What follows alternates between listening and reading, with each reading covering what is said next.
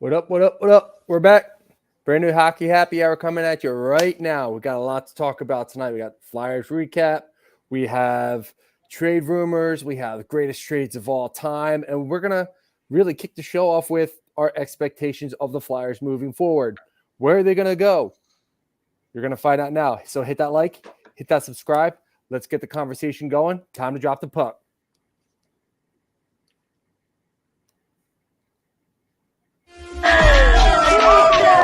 Oh my God! I'm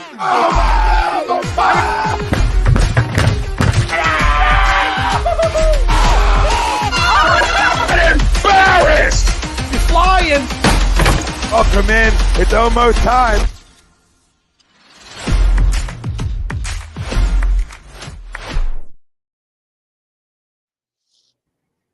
Welcome, ladies and gentlemen, to a brand new edition of the Hockey Happy Hour, only on A2D Radio and powered by the Doc. That is Dr. Paul Vidal at Specialized Physical Therapy, LLC, with 2 locations in Burlington and Cherry Hill, New Jersey. Check out our doc, make them yours, specializedphysicaltherapy.com. Yo, sorry we missed you last week, but happy Valentine's Day to all you lovers out there. It's Mats and Sudi's turn to be under the weather this week. So once again, you're cursed with me, Rob Povia, emceeing tonight's festivities. But thankfully, I'm joined by Brian Daly and Brad Ryer. What's up, fellas? What's up, Robbie? How you feeling? Good, man. I could actually talk again and breathe again. It's fantastic. Isn't it a great thing? Yeah, we take it for granted. We definitely take it for granted.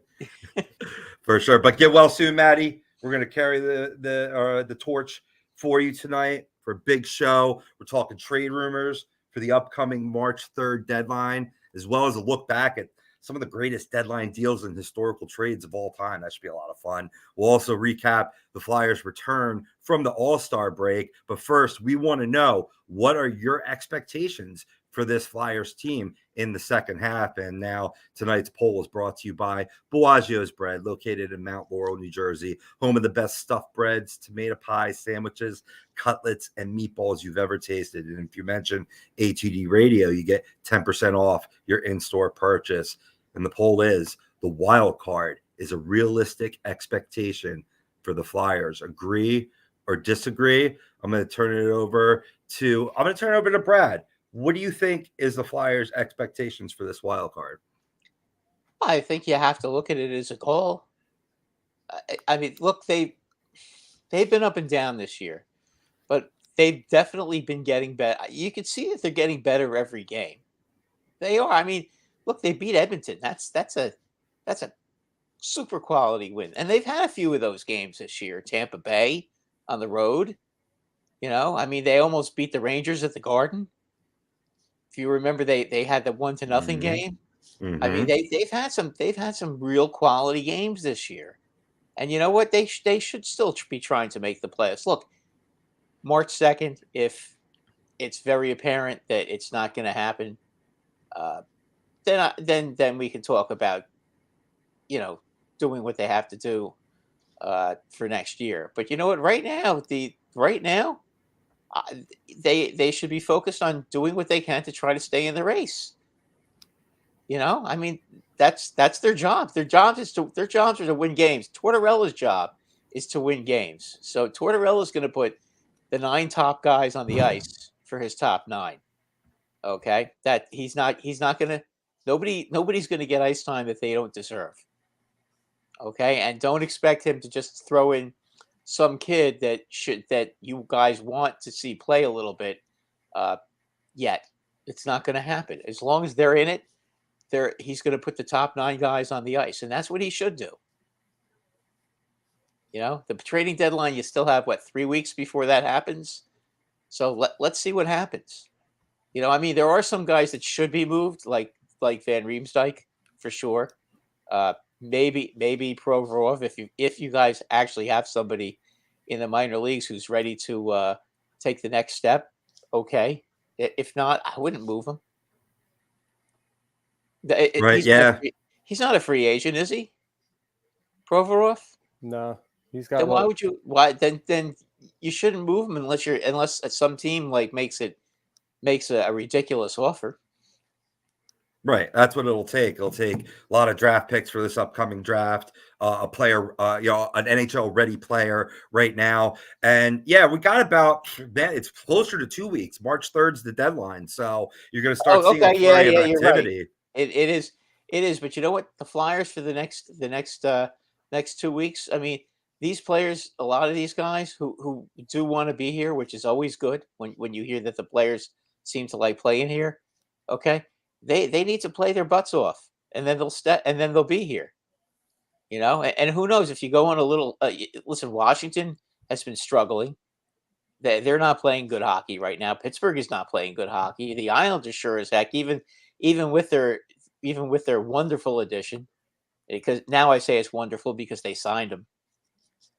But even with Horvat, they're still struggling. They're not exactly knocking the Bulls down.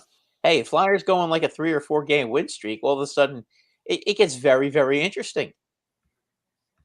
It could get interesting. It could get interesting. Listen again. These bottom teams in the Metro and in the Atlantic, they're not playing great hockey right now. So and the Flyers have not put themselves in a position where they're completely out of it. They've been competitive. They're getting points. Even if it's one at a time, they're still getting points. They're kind of playing 500 hockey right now, as far as the points go. So you know what? They're hanging in there. If they can get on a little roll, there's no reason why they can't make a threat to try to do it. Why not? Right. You got to root for them to try. You don't want them to not make the playoffs. I mean, these kids. Listen, I understand you want to try to be in the Bedard, camp and try and be in that race. I get that, but your odds you're not bad enough to have good odds to get him. Okay, Right. so what So the you hell? might as well go. Try. You might as well at least try to make In the your opinion, yeah. at this Right. and yeah, it's a good goal. It's a good goal to have. If you can't make the playoffs, at least try to get like 90 points. Right. And what the hell? 90 points is a very respectable number of points. It'd be a big difference from a year ago. And I'll also, get you know into what? Try to get enough points to show that you could have qualified for the Western Conference playoffs. I mean Right. that's a good goal too, because then you know that okay, we're better than a lot of teams. We could be a playoff team. We're just unlucky right now. That you want to show that. That would be such a huge a huge boost for the off season for this team. I mean, young players learn by being successful. So you want them to try to taste a little success and get that get that feeling that okay, we've got some potential here. We can do this because they're going to be better next year just because they're playing. Right. And the bottom line, Brad, is you just want to see improvement from a year ago. I broke that down a little bit, and I'll get into that in a second. I want to give a little love to our fam real quick. Teddy chiming in with the first comment of the night saying, I read the Jets want Hayes. We'll certainly talk about, trade rumors within this show, Brian, but and to touch upon it a little ahead of time, we'll get into the answer for Ted. But before we do, let me tell you about Gleason's Bar. It's located at 6700 Mill Creek Ave in Levittown, PA. If you use promo code A2D, you get 10% off your order whenever you dine in or take out or order online. Gleason's Bar and Steaks.com. You think Jets could be a landing spot for Kevin Hayes, Brian? I mean, it could be. They do need to help down the middle. I mean, outside of Mark Scheifele, there's really no depth there at center for them. So that's definitely something they're going to be looking at to add throughout the season. The Jets are still a very good team. They do have the depth on the wings with Nikolai Ehlers and Kyle Connor, Blake Wheeler, them guys, the guys that have been around forever. I see them definitely going after a centerman, a depth centerman, which Kevin Hayes could be. They do have some young pieces they could send back this way. But I could see them also going in for a defenseman. So I've been doing a lot of research over the last couple of days, and it's crazy to see some of these teams and what they're trying to go for early already. Kings are shopping actively. Wild are shopping actively. Who's the other team? The Knights are being extremely active as well. All these guys are playoff teams trying to get over that hump. So you're going to see these guys active. The Jets, I could see them being active as well. But I think they're going to add a couple pieces. I think Kevin Hayes could definitely be one of them. And he's a guy who's already familiar with the city, the organization, and a lot of the guys in the locker room already from being there a couple of years ago before coming over to Philly. Well, I think it'll depend upon in terms of whether they're looking to be buyers or sellers based on, what their expectations are, what their chances are for the wild card. And, I want to get your opinion there, Brian, once again, from the poll. Before you do, I want to compliment you on the nice new specs. I did notice Thanks, them. Man. They look gorgeous. Thank you. It was time. The old ones, I was playing NHL like 3 months ago, and I'm like, I can barely see the puck. I need an upgrade. I need an upgrade on my eyeballs. We've all been there. Listen, you get a bigger TV. I wish I could. I wish I could. I've been trying to get bigger TVs the whole time. You mean all I had to do was wear my glasses? Oh yeah. Shit. In the next year, I'm probably gonna get LASIK surgery, so I won't even need glasses anymore. Oh, okay. That's what I'm talking about, son. I can't get LASIK surgery because I don't think you can get it for astigmatism. I think you can get nearsighted and farsighted. I think you can. I think the technologies has come far enough that if you have astigmatism, I think you're still able to get it. You are? I'm not sure. Oh. I think so. I think there's a way to do it now. Is it worth it if you're an old man like me, though? That's a call you got to make.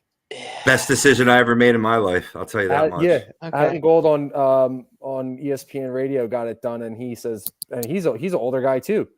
So this is the best decision he ever made. Really? Mm-hmm. Okay. Right on. So what's the Flyers' wild card expectations, Brian? You agree or disagree that they have realistic expectations? With the way that they're playing this year, I think it is a realistic expectation. This team's battling. The effort's there every night. Are they getting the wins every night? No, but they're still winning enough games to stay in this. They're sitting in the wild card heading into tonight's matchups, 7 points out or something like that. 9 or 7 points out. 7. Yep. Reachable. And, teams are obviously looking to improve, and the Flyers are looking to improve as well.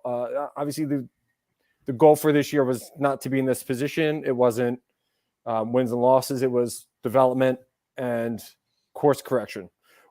I think the course correction kicked in a little bit early, and I think it's they're running with it. They're bought in. They believe in what Tortorella is trying to teach them.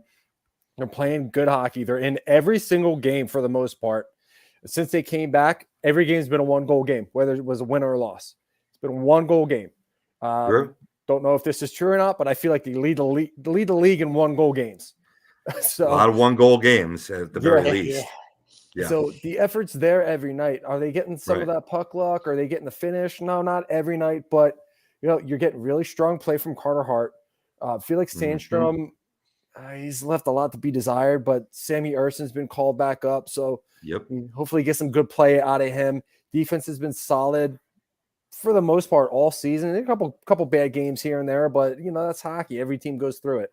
Anaheim just got thrashed 7-2 from the Knights, so whatever. But yeah, I think it's a realistic expectation. If they keep going down this road, they're going to start figuring out ways to win games. They're staying, like I said, they're staying in every single game thus far.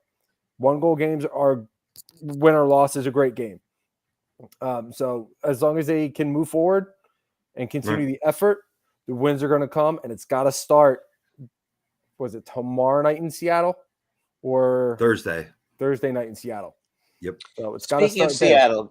Speaking of Seattle, I just wanted to mention to you, Brian, if you watch Seattle play, because the Rangers just played them, so I think I have a pretty good grip on what that team is. Definitely not the most talented team I've ever seen. Okay, but they play real hard. Yeah, they play hungry hockey. They don't quit. They try to stay in the game. The Rangers were ahead of them 5-1 in the third period, and we're basically toying with them. And you know what? They got careless, and I think they scored 2 goals in like 30 seconds on the Rangers. And all of a sudden, you went from 5-1 and everybody being happy and just kind of doing their pop and sucks chants and having general fun in the stands to all of a sudden, oh no, You know, are we gonna blow? Are we gonna blow this game? You know, and Seattle's putting on all kind. Then Seattle gets a power play with 3 minutes to go, and you're like, oh shit, no, no. But then they scored a shorthanded goal because they pulled the goalie, and that was it. But Seattle, you want to strive to do what Seattle's doing. You watch Seattle play, okay, and they give you 110% every shift. They don't take shifts off, you know, and they work and they work and they work. And you know, the Flyers are getting to that point now. And that's a good thing because you know what? Once they can add a couple of guys, you know, next year, it's it's going to be a good thing for them. Because the work ethic is definitely there with the Flyers.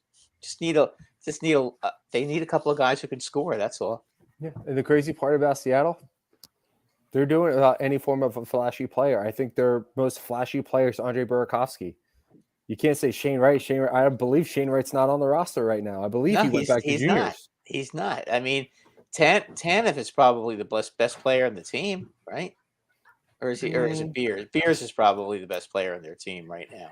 Yeah, so. He's definitely the guy with the most talent. I'll give Matty that. But yeah, and that's the thing. Like, you can win in this league without having the star power. And they're of course you can. Carolina shows it. Carolina doesn't have a superstar, and they're at the top of the league. Yeah, I know that.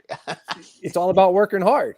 Yeah, it's all about working hard, and you're seeing it from some of these other teams, and teams are starting to finally put stuff together. You know, everybody shat on Seattle at the expansion draft. They're going to suck for years, this, that, and the other. I think me and Robbie were the only two who saw the big picture here. I picked them to make the playoffs last year, and I felt like an idiot. I was like, maybe I got carried away by the Golden Knights, but I kind of like the guys they picked because I thought that they picked a lot. They picked a lot of high intensity guys and not stars. Right. Because you know what, stars become available as you go along.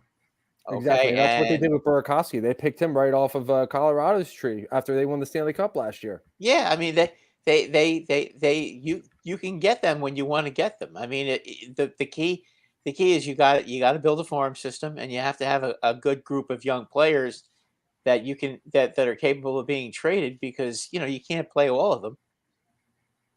You know, you can't keep everyone. So you know that's the whole idea of building your farm system and building young players and having some high energy players, because then when the players come up and they see these high energy players, you know, that they realize, well, you know, if I want to crack the top 9, you know, unless I want to have to play against Ryan Reeves and Nick Delorier every night, you know, or clones of those particular players, I got to get in the top 9 so I don't get my brains beat in.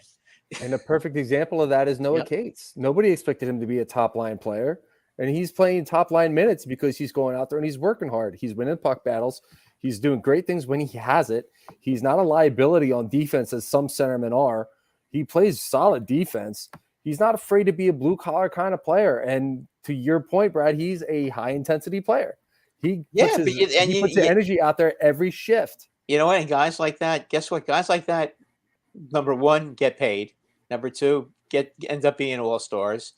And you know what? They end up being captains, future captains, and leaders of teams. So that's a good thing. You want guys like that.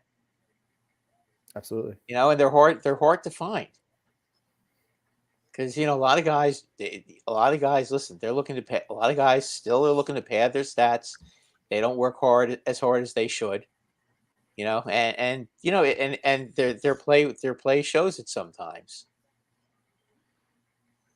No, you know? absolutely. Yeah, I could give you a guy on the Rangers who's not young, but who really has impressed me with how hard he works and how hard. Two guys actually, Barclay Goodrow and Jimmy Vesey. I mean, these are two guys that, you know, they're okay players, but you know, when they go out there, you know, they make their presence felt. They both are fast as hell. Okay, Vesey's not a physical player. You know, but he'll go out, he'll outskate you to the corner, he'll get the puck, and he'll let the big guys do their jobs and not worry about it. Same with Gaudreau, and Gaudreau will also give you a little elbow if you piss him off. But he does the same thing. And these are the kind of guys generally that you need to have on your team, and to show the way for the young guys when they come up, that this is how they need to play, because not everybody can be really, really good. I mean, you can start with that, and then look, if they trade Kevin Hayes, sorry about that, guys. If they trade Kevin Hayes, what's to say they can't re-sign Tino? They can't sign Timo Meier next year. That's if Timo Meier doesn't sign a contract with the team he's traded to. Yeah, exactly. And he might not, because what, a lot of teams are treating him as a as a rental. So there's a very strong possibility that could happen. So if they did trade Kevin Hayes, they have an extra $7 million next year. But I hate to think that they would want to trade him, because I think he's a real good player. But again, you could always upgrade. You could always, if you can upgrade him, why not? If you can make an upgrade, $7 million is $7 million. You can go out and get a pretty darn good player as a free agent next year, or you can take a good player off of somebody else's hands because they can't afford him. Like Zach Hyman. I mean, I could give you, we can all get examples. Nazem Kadri all of a sudden becomes available. I mean, these kind of guys fall off the tree. And if you have the money, you can grab them, and you can get good awfully fast doing that. Absolutely. Absolutely. Before again, Brett and Brian, it's going to boil down to what the expectations are from this organization. And all you hear from them is, yeah, it's a good start, but we got a lot of work to go. So that doesn't scream about a team that's going to be making a push towards the wild card. Before I get into my expectations and my answer to the poll, I want to give some love to the family. Teddy chiming in again. Coach Torts putting out the letter to the season ticket holders that this team is rebuilding. That was fantastic. John, yeah, absolutely. Brian, I wanted to get to this one because John is a member, and I wanted to tell the fam, if you too want to be a member of A2D Radio, hey John, it's real thanks. easy. Say again. I'm thanking John for the compliment. $9.99 a month, you get some amazing perks, including shout outs, member only shows, appearances, and weekly picks from the Money Pot podcast. Join today. You're going to see the link right in the comments below. Johnny chiming in, absolutely telling us about the old Fort New York fan. That's what Brad was referring to. But yeah, we love you, Johnny. Thanks for chiming in. Boys, just to touch upon some of the points you made, I'm not going to reiterate them, right? We know where this team is, but there's 5 teams in between them and the Pittsburgh Penguins. Let's remember that. A lot of times, yeah, it might be a small differential of points, but a lot of teams to overtake. That means a lot of things got to go your way. One goal hockey games, or a lot of 2-1 hockey games lately, 3 in the past 4 games. But unfortunately, you only took the 1 win, albeit against a strong Edmonton Oilers team, but it's only 1 win. You need to compile more of those, get a little more puck luck, and get some wins if you're going to have any shot in it. But the bottom line is that there's been improvement for this. They've been in competitive games. I just don't think it's enough to make the playoffs when you have that many teams between them and where they sit today, which at this point, 55 games played so far. 1 game under hockey 500 at 22, 23, and 10, 54 points, and 7th heading into Thursday's game against Seattle. Now, if you look at this time last season, which is the benchmark, you want to see, has this team gotten better? Well, they have gotten better. Record-wise, they were 17, 28, and 10 at this point, which was 44 points. So they're 10 points up in the standings from where they were last year, whether that be in playoff position or not, and it's not. So definitely a step in the right direction now. Last year, here's a big thing, boys, right? So they had 139 goals for and 192 against. Stunk, right? Still not a great differential, but 149 goals for and 171 against. Now it's 21 fewer goals, and that's a significant improvement on this D, while the young offense has potted in 10 more goals. You don't have, that half a season or 2/3 of a season that you had from players like Claude Giroux. You haven't had Sean Couturier all year. Still up 10 goals from last season. I just think it's a long way to go before this team, for this team before my expectations rise. I just like where they're at right now, and I'm satisfied with that.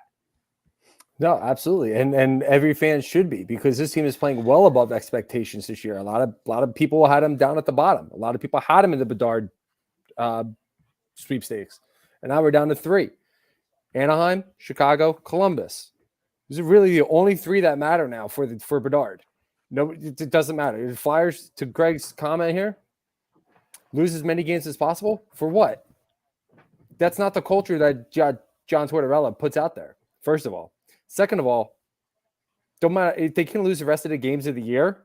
It's not going to matter. They're still not going to fall into Bedard sweepstakes. But you know, you don't want to be that. You don't want to be that bad. No, you don't. I mean, you really want to be as bad. You want to be as bad as Columbus or Anaheim or Chicago? I mean, no, come on, no way. That'd be unbearable. I like it. You got to get the compete level up. That. Mm-hmm. You got to get the compete level up, and that's where you got it. And if you're going to get that, then you got to be above those teams, right? Mm-hmm. Yes, absolutely. Of course. It's all about building culture in locker rooms and having guys that you can rely on in that locker room to you know, voice displeasure, this, that, and the other. Flyers are probably still figuring that out a little bit, but I think they have an idea on who they like in that position. I think Scotty Lawton's the guy that's going to speak up in that locker room and be the guy that needs to be vocal, that need when the times calls for it. But my thing with the Flyers, Cates will be your future captain. Could be. But you know, to Rob's point, this team's not 100% yet, and they're still in position right now to be in a playoff battle. Imagine if this team was 100%. Imagine, like, and I know this is a long shot. Imagine if Ryan Ellis plays again. Imagine when Sean Couturier comes back. Cam Atkinson comes back. This team is a little bit more complete. You have a little bit more of an idea of what you're getting from these younger guys. You know, okay, so to me, Noah Cates is a roster guy from here on out, unless he just absolutely falls apart. For sure. Get a guy with Joel Farabee. Morgan Frost is a guy who I think needs to step up a little bit more, but overall, in the second half, I've been very happy with him. He's really shut me up a lot. And how old are these guys? You got to tell us what their ages 25, 24, 23. Yeah, they're gonna get better. That's their they're still babies. But yeah, I mean, you don't often get guys that are, 21, 22 years old that are stars that young. It's hard to get guys like that. Most guys, it takes a while to come into the National Hockey League and be good. I mean, do you think the Rangers are going to try to trade Lafreniere because he's 21 years old? You're going to give up on a 21-year-old because he's having a lousy year? No. He got 8 goals this year, 9 goals this year, 9. He's been playing a lot better the last couple of weeks. Yeah, but the kind of way I see it with the displeasure in Alex Lafreniere is he was the number 1 overall pick. He was the bona fide, Understood. no doubt, number 1 overall pick. Understood. He hasn't played like it.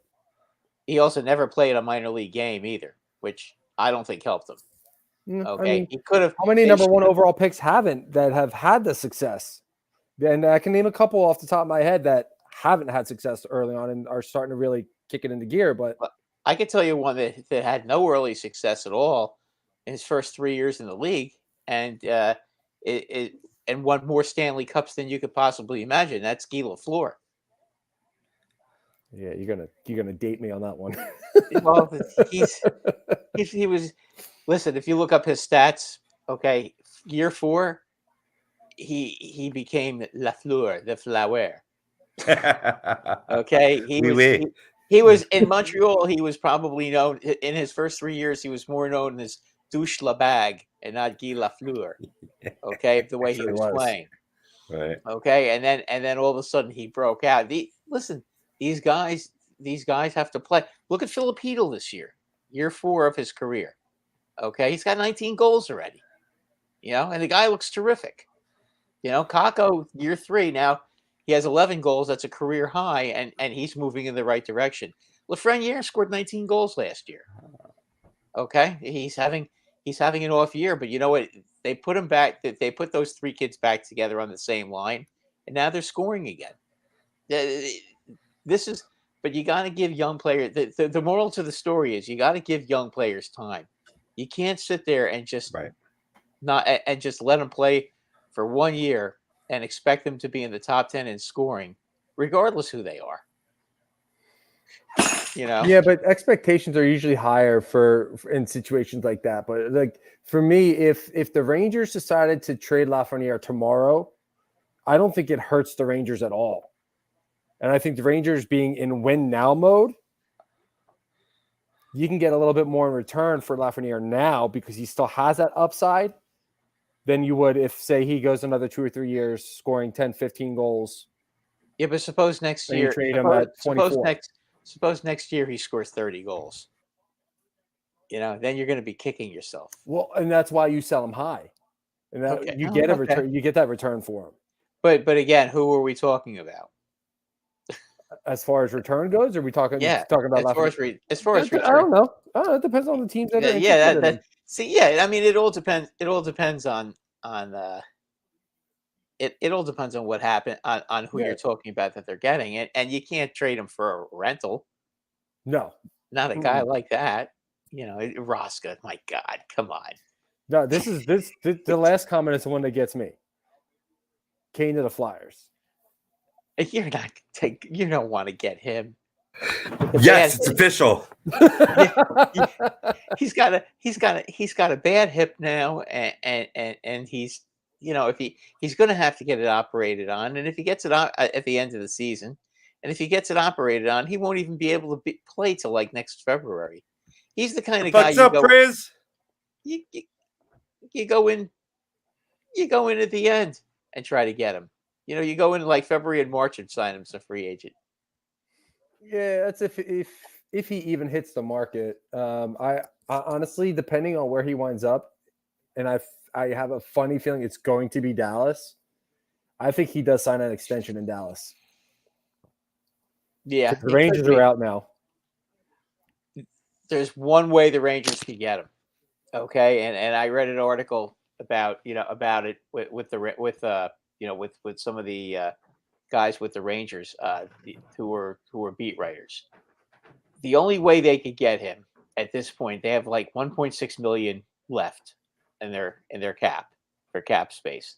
The only way they could get him is if they got involved in a 3-team trade where Chicago takes $5 million of the $10 million he's owed this year, and then with the remaining $5 million, the Rangers get in it, and they get another team to take half of the $5 million that he's owed, which is $2.5 million. This is what you're allowed to do. These are within the rules, so that there's only $2.5 million left, and then the Rangers would have to give up like a guy like Kravtsov or one of their young players who are making around $800,000-$900,000 to get them up to speed to have enough money to get them in.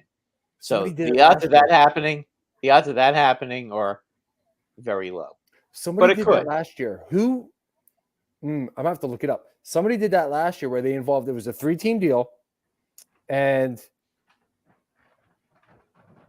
one team got a defenseman, and I can't remember who it was. It involved the Red Wings. I think the Red Wings took half, and then the third team took half of that half, and it wound up working out in some way. It's just they traded. It's funny that you bring that up because I remember that happening last year. Yeah, well, that they were using a trade from last year, but they didn't remember who it was either. But they said somebody did that, and they were able to fit it in, and they were able to fit it in under the cap. But you have to be very creative, and usually if you do that, you're going to probably have to give like to get another team to pick up $2.5 million. You're probably going to have to give up like a 3rd or a 4th round pick. Yeah, which is a lot.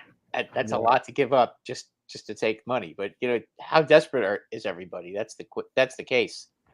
Well, what's in the favor, though, is that according to TSN's Carlo Colaiacovo, he comes out and says that Patrick Kane, if he is going to move on from Chicago, he's willing to accept the trade to either the New York Rangers or the Toronto Maple Leafs. That's the only 2 teams. So that puts a little feather in the cap for the Blue Shirts. And if they can't get it done, either he stays put or it's the Maple Leafs. How could the Maple Leafs would have to do the same thing though? Aren't they right up against the cap too? They are. I'll look it up. Yeah, But I think they also I mean, have. I honestly don't know with the Maple Leafs. I don't. Well, they just waived Wayne Simmons, so that's a little bit of money freed up there. Yeah, they have some younger pieces they can give up in a win now mode. And they're desperate to get out of the first round. So they have to figure out a way to beat Tampa Bay to do that, and that's the poor Leafs. That's just that's horrible to have to think that you have to beat a team like Tampa Bay just to get out of the first round. That must really suck. Tampa's not as good as they were last year. They're pretty good though. This far. No, they are pretty good. Yeah, they're. Listen, with Tampa, you don't worry about how many points they have because you know they're that when the playoffs start, it's gonna, things are gonna change. The Maple Leafs have under 300,000 in cap space. According to Cap Friendly. That's worse than the Rangers. Yeah. Yeah, I mean, it can happen but again, they're going to have to get a third team involved, and the third team is not going to be a team in the Eastern Conference because nobody is going to help the Rangers out of the Eastern Conference. I'm going to look up Cap Friendly real quick, but I don't necessarily think that's true. I'm going to look at the Maple Leafs real quick because I think they have a couple guys that are going to become UFAs and are making a pretty penny that they could probably get rid of and be able to afford him. Yeah. It's all about it's going to be all about creativity if either one of those teams can figure out a way to get him. You have Justin Hull, who's coming off at $2 million. You have Alex Kerfoot, who could be a huge trade piece in a deal for Patrick Kane at 3.5. Oh, and then if you're Chicago and you can get him for Patrick Kane as a rental, I'd do that in a second if I was Chicago. And of course, I demand a first round pick too, but and then I would consider a player. He's got 2 years left on his contract, but I would consider even asking for a William Nylander. Both guys are wingers; they could play either side. You'd have to get a piece like that back, obviously. Mm-hmm. So it's like you're just trying to upgrade to a Patrick Kane, but is it an upgrade? Prism said earlier that his hip is overblown and he's fine, but who knows? Mm-hmm. Of course, he's going to say that, right? I mean, he's what exactly? He's going to say, "Oh, it really hurts." So I don't know. Ooh, it's broken. Yeah, when he gets up, he's going to cringe like an old man, like I do. Start grabbing height. Yeah. Exactly. I'm good. Sorry guys, my bad. I'm not good. He's going to pull a Fred Sanford in the middle of the shift. God, this is the big one. I'm coming to join you, honey. I mean, point production wise, his numbers are down, and I'm not really too surprised by that. And then not necessarily because of his aging or anything like that. He just has no guys around him that can really like help him get going. He's still not in the top 3 in the organization in goals this year.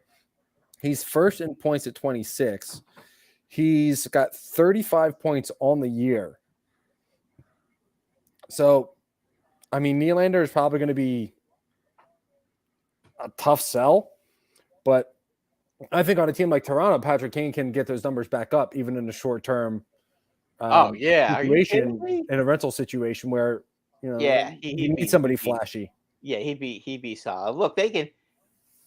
As I said, it's just going to take some very creative general managing by either the Rangers or them to do that. Ted, didn't the Rangers get Tarasenko? Yes, they did. Tarasenko so far has looked pretty good. And Kane was disappointed hearing that. He came out and even said that. Yeah, I heard how he was all upset. But you know what? now all of a sudden now he's saying that he'll go to the Rangers or lease. Well, why didn't you say that a week ago before the Rangers got Tarasenko? As soon as Tarasenko said he'd waive his no trade clause. I mean, I think I posted it too in Facebook. That he had, or I think I texted it to you guys that Tarasenko just waived his no trade clause to either go to the Rangers, Islanders, or Devils, because those were the three teams he wanted to go to. Right. And then 2 hours later, he gets traded to the Rangers. Now, if Kane saw that, which his agent should have, because his agent should be paying attention to that, he should have said, "Hey, listen, if you want to go, Tarasenko just said he only gave the Blues a list of 3 teams he can get traded to. So you might want to, you might want to tell your organization, and also, what was Chicago asking for? Don't know. Yeah, I mean, I've heard Anaheim, not Anaheim. I'm sorry, San Jose. San Jose is officially saying that they want a first-round pick, your best prospect, and your second best prospect if you want Timo Meier. Mm-hmm. So and it's a justified. Oh yeah, it's a justified. Think about if that was the wish Rangers. list. If that was the Rangers that they wanted, they want their first draft pick, Brendan Othman, and Will Cooley. I'm not doing that for a rental. You have to be out of your mind to do that. Giving up your top 2 prospects and a first round draft choice out of this draft. Can't do that. Not for a rental. Depends on how bad you want the cup. Yeah, but you're destroying your future. Totally destroying it by doing that. Well, I think the Rangers are in a good situation where they have enough young guys that they could sacrifice it if they really want him that bad.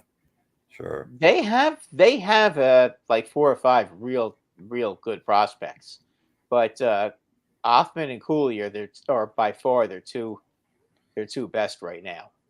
Othman, they're thinking Othman is almost is a blue chip prospect, and they like Cooley, and they brought up Cooley for a couple of games, and he was on the 4th line, and he was getting into fights and getting in the corners and being a real scrappy player, and the fans already love that guy.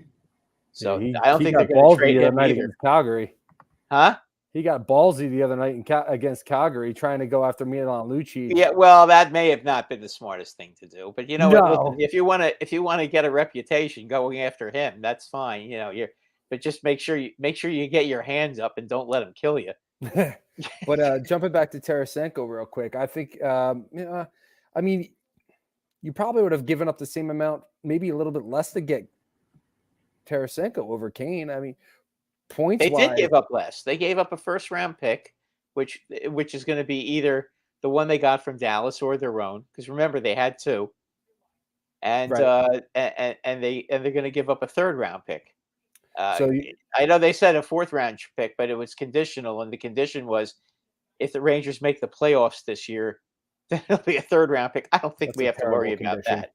That's a terrible condition. But yeah, Tarasenko coming into his Rangers debut with, what was it, 29 points, 10 goals. It's similar numbers to what Patrick Kane is doing. But he only played 30. Tarasenko's 3 years younger than Patrick. Yeah, but Kane. he also has only played 35 games this year. 40. 40 now? Oh, is it 40 now? 40 now, yep. Okay. But with the Blues, I think he only played 35, maybe 38. It could be 38. He hasn't played. He's missed a few games, especially early in the year. So he's kind of coming back from that. And listen, if he's going to be playing with either Panarin or Zibanejad, I mean, how can he go wrong? I mean, he scored a goal 3 minutes into his first shift, his first game. Right, and kind of what I'm getting at is I think the deal they made to get Tarasenko was the better of the 2 deals, especially, and I'm going to double check real quick. And Vladimir Tarasenko is a free agent at the end of the year anyway. So if you're gonna pay for a rental, I think you got the better option here. Oh yeah, well, I mean, they gave up Sammy Blais. He was a player they gave up. Sammy Blais, and I like Sammy Blais. He's a real scrapper, but I mean, 30 no, I'm sorry, 55 games as a Ranger and no goals. I mean, geez, Ryan Reeves scored more goals than that. Yeah. You know, I mean, and that's you can't. I'm just shocked that that's what St. Louis want. That's what St. Louis wanted from the Rangers. I mean, I don't know, maybe St. Louis felt guilty about the fact that they stole Buchnevich from them, because I think they could have gotten more. Just you know, just my opinion, but I think they could have done better than getting Sammy Blais back. Yeah. St. Louis is packing up and selling shop. They're gonna Yeah, they're gonna trade O'Reilly's going to be. O'Reilly's Yeah, gone. Ryan O'Reilly's going to be next. Mm-hmm. I'll tell you what. On the right team, he'd be very, very. He's the kind of guy, you know, I could see him going like to the Bruins. That would be a guy that the Bruins would take, you know. One of those feisty veterans. If they got the room for it. Yeah, they do. They're They in on do. somebody else though. Who are they in on? I forget. They were talking about it earlier on NHL tonight. Wait a minute. I'm trying to remember. I'm trying to remember who. I thought that they were in on the guy on Detroit. What the hell's his name? Who's the guy in Detroit that they're Dylan Larkin? Dylan Larkin? Yeah, Yeah, he's probably not going to get traded. yeah. Well, they're talking about it. But you know what it is? You're gonna hear a lot of stuff about guys that could be that are available. But the bottom line is, yeah, they're available if you're willing to give up what these teams want. If you're not, it's not going to happen. Yeah, but Dylan wants to play in Detroit. He wants a contract extension. I know they're not seeing eye to eye. He's not in any rush to get a deal done trade-wise or extension-wise, but he wants the extension. He wants to be in Detroit. Have we heard anything about Todd Bertuzzi? Because he might be another one that they might be looking at too. I heard he's available, but I haven't heard anything linked to him, and we'll get a little bit more into it a little bit later on. Okay. In the show here, but yeah, as far as Dylan Larkin goes, I don't see him being moved.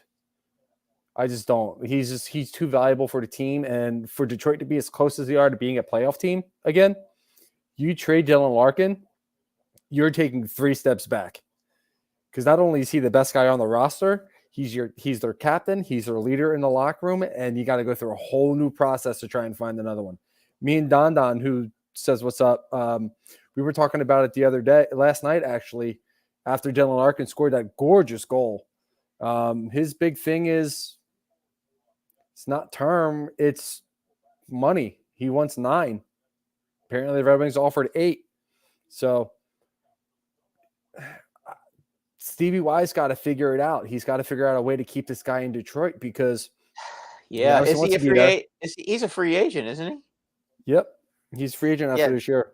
Yeah, so I mean they've got a decision to make with him. That's I mean they're only $1 million off, but you're telling me they can't just go okay 8-5. Well, I'm going to look up where they are now, because I still think they still have some room, but it's a matter of they got $6 million in cap space heading into next year. Yeah, 6.5. But that isn't really a lot. I'm sure they have other guys they have to sign too. Yeah, so Bertuzzi is a free agent at the end of the year. Larkin, Sutter, Oscar Sundqvist. You got to get Joseph Valeno back on a contract. He's an RFA at the end of this year. Ollie Mata, I think they can let walk. Jordan Osley, I think they can let walk. They're going to end up having to let Bertuzzi walk then. Can't sign both Larkin and Bertuzzi if they're both free agents and they only have $6 million available. I don't know if Bertuzzi's going to make much more than what he's making now. He's making just shy of 5. I don't see him making that much more. Wonder what are what are his numbers this year? I could tell you in a second. Yeah, I went. Oh, okay. All right. Yeah, I have the app up right here, so just give me a second to pull up Detroit. Guys, this is what makes him so great, by the way. He is on the ball. He's not even a top 3 in points, I'll tell you that. Oh, okay. So maybe he gets 5, but still, how are they going to fit both of them though? He's played They may 21 not. games. He's got 8 points this year. Oh, who cares? What up, D? Mm-hmm. Who cares then, right? Yeah. Okay. Got it. That's why I don't think he's getting a Roscoe raise. wants to be. You want them to be the Stanley Cup champion. I suggest if you want to see the Flyers as Stanley Cup champions, you go into YouTube, okay, and watch a few of those old games. You can go to and you will thoroughly enjoy watching what you're watching. But make sure it's between 73 and 75. You can also go to a vintage appliance store if they still have them. Get Betamax. I don't know if you know what a Betamax is. It's like a video viewing before a VCR. You can get the Stanley Cup Beta, pop it in, good to go. There you go. Good luck finding the TV you can attach it to, though. Yeah, well, yeah. Maybe you have an old TV. Maybe you have an old TV lying around the house. Love you, or you know what? If you have to, you could always go to a flea market because you could always find one of those things in a flea market. Tell me I'm wrong. with that, I think I'm going to wrap up the first period here. Hey, Rob. Yeah. If you tell me if you go to Berlin, you couldn't find something like that. Oh, absolutely. No doubt about it. Or Columbus. No doubt about it. Or possibly Alan Foyer might be able to help you out. If you're looking to buy or sell a home, looking for a change in career or brokerage, contact Alan Foyer at eXp Realty LLC at 302-682-8820 or visit him at Alan Foyer at exprealty.com. He might be able to hook you up with a couple of house cleanouts. There it is. You know, and then you can find your old TV and put the Betamax in. Too many of my teams I got to watch on VHS and beyond. It sucks. It freaking sucks. But at least we can watch hockey both through. I mean, sometimes you got to stream it. But so far, since the Flyers have been back from the All-Star break, it's been up and down, 1-2-1. We talked about that one being a strong overtime win against the Edmonton Oilers. They also played a tough game against Nashville, also in overtime, but lost that contest 2-1. Also, he had a 2-1 contest against the New York Islanders, and I believe it was 4-3 Seattle Kraken. We talked about a strong working team. What's up, Swoopy? Yo, always glad to have you up in the house. So, what did you boys seen from this team over the past few games since they're back? I know, Brian, you talked about Sam Ersson being back with this team. We also saw Kiefer Bellows pass through waivers, and now he's been recalled because Zach McEwen, they finally put him on the IR with that broken jaw. You knew that was going to happen from that fight with Marcus Foligno. Bellows or recent call-up Ollie Lexel will help fill that void for McEwen. But with the Flyers, what was interesting when I read about the Flyers situation, this ties into the trade deadline talk too, is that they're going to be carrying 3 goalies for the time being, with Ersson likely being a healthy scratch when he's not starting and Hart is in the net. So this likely means the Flyers should be shopping a goalie to a team who needs a backup. And even though Sandstrom's been up and down, he might be that one on the move because they really like what they have in that pairing for Sam and Hart. But this could be interesting as we move towards March 3rd, Brian. Yeah, no, it absolutely can. I didn't even realize they were carrying 3 goalies. I didn't even put 2 and 2 together because you assume you bring up one, you're dropping the other. Right. Now that you mentioned it, I don't even remember seeing them saying they were sending Sandstrom back down. So, yeah, I mean, you're seeing a lot of things happen right now with certain players now that we're 2 weeks away from the trade deadline. You're seeing guys like Jacob Chikrin being held out of games for trade speculation. You got Vladislav Gavrikov in Columbus being held out of tonight's game for trade speculation. So now you're starting to see the Flyers starting to really work into this situation where, okay, let's see what we got. We know what we have in Ersson. We know what we have in Sandstrom. Shop one of them, see what happens. But I think more likely it's going to be Sandstrom who goes if they get rid of either one. It's fun to see as a fan all this, but as a player, you got to be shitting bricks. Yeah, that's got to be tough, especially if they have families. You know, you see JVR's name being thrown out there. He's linked to like 5 teams out there right now. Kevin Hayes, you know, we talked about him a little bit earlier with the Jets. He's linked to Carolina. I think he's been linked to Boston as well. It's crazy to see. Oh, I don't want to see him go to Boston or Carolina. Oh boy, that would be a disaster. Oh, Carolina just got. Excuse me, Washington just tied up Carolina. Yeah, the one thing that I'm seeing from this team is fight, and you really saw that fight in the Seattle game where they lost 4-3, going down. I believe it was 4-1 or 4-2 at one point. Just a battle back in the last 45 seconds or so in the third period. Just seeing the scoring chances and them just throwing the puck on net, trying to get a rebound, a screen, a deflection of some kind, just to tie the game up and head to overtime. You know, that's something we've been seeing a lot this year. And the term I'm going to use is actually right behind you, Rob. They're showing a ton of grit. I know it's gritty, but I can only see grit. And that's something that they need to bring back in return too, is guys who can, you know, play a blue collar game. You don't necessarily, as much as I would love to see it, don't necessarily need a sniper at this point. I think you have a couple goal scorers. One's hurt. I think you have one in Tyson Forrester, who is an AHL All-Star this year. I think you have one in oh crap, I'm going to blank on his name now.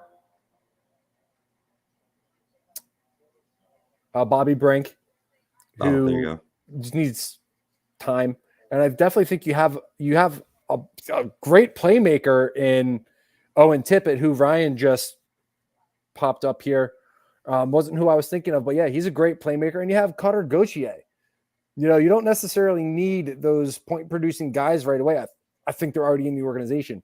To find some role players, get a little bit stronger on defense, rock the tandem of Hart and Urson the rest of the year, and I think you're going to see a lot of really, really good hockey moving forward in the second half of the season. I like that. Well said, Brian. Plus, they can also, you know, all these teams that are really fighting for their playoff lives, they're going to be coming in, and you know, the Flyers may catch some of these teams being real tight if they can get ahead early. You know, if as long as they don't get tight themselves, trying to get into the playoffs. Think about the fact that, you know, you're going to have teams that are tight trying to make the playoffs. The Flyers could be playing are going to be playing with house money. You know, they're showing a lot of improvement. They're very close. You know, they're close to being a playoff caliber team. They're not far away. You know, as a development year, you guys should be pretty happy with where they've come from where they were before to where they've come now. That's high praise coming from your standpoint, man. Keep in mind, the East is just really tough. Yeah, the Metro alone is really tough. The Metro is just. I mean, you take a look at the points. The first 3 teams in the Metro division would have a better record than the Dallas Stars, who have the best record in the West. Okay, and the first 2 teams in the in the Atlantic also have better records than the Stars. The East is brutal. And something to think about too is let's put this into a little bit of perspective here.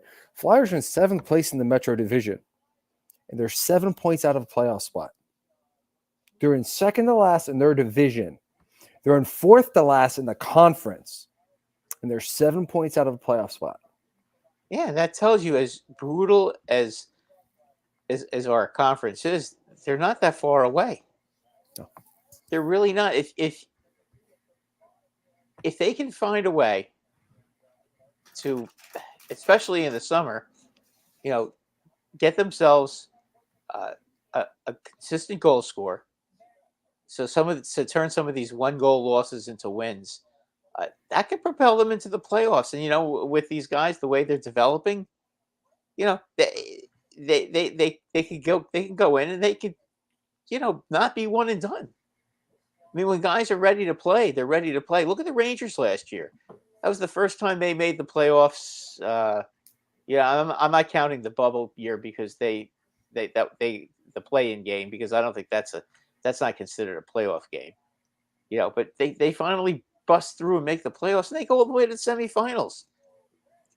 Because the guys were ready to play. That's all it really takes. Guys all of a sudden wake up and become good players. It's basically, I'm looking at them the way I look at Buffalo. Okay, there's a lot of good young talent on that team now, like the Flyers, and one of these years they're going to make it, and when they make it, it's not going to be a thud. They're going to make it with a bang. Yeah. And they're young, and they've got young legs, and they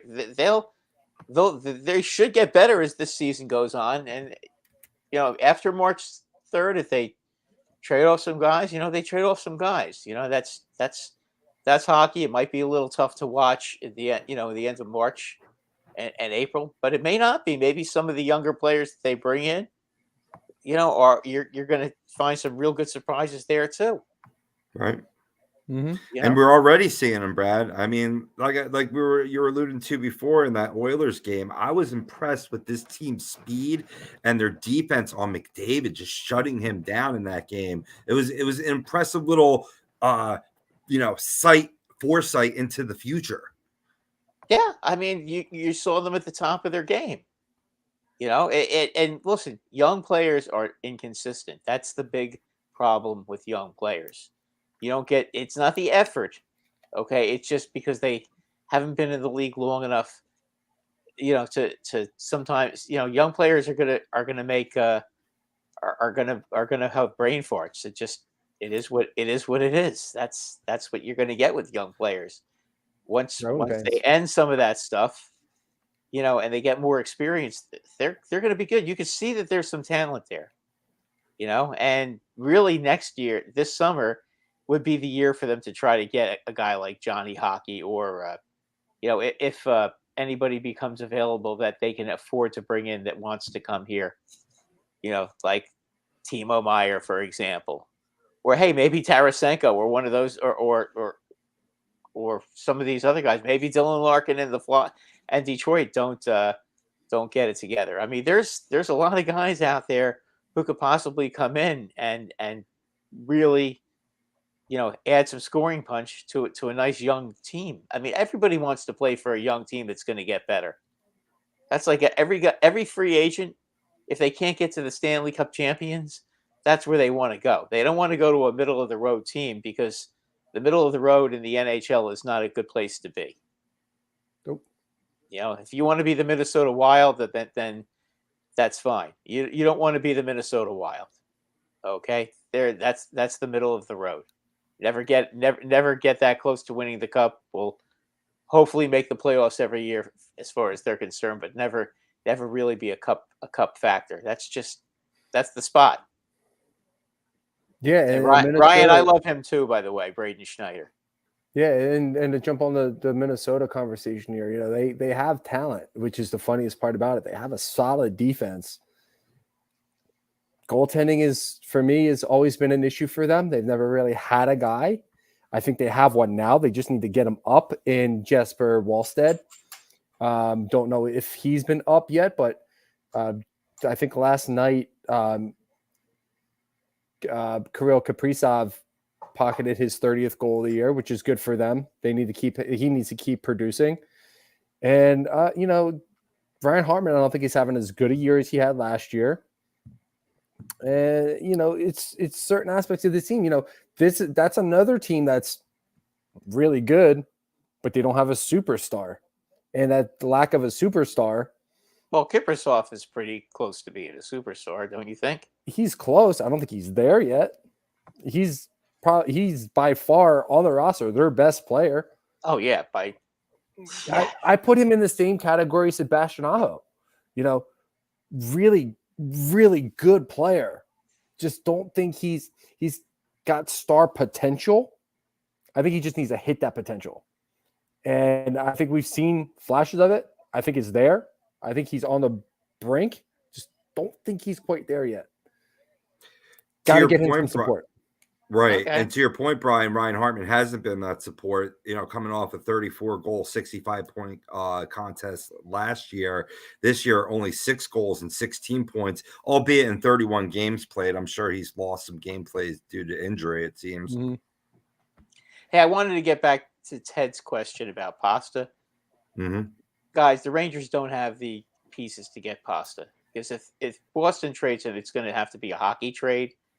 It's not going to be like a bunch of first rounders and stuff like that.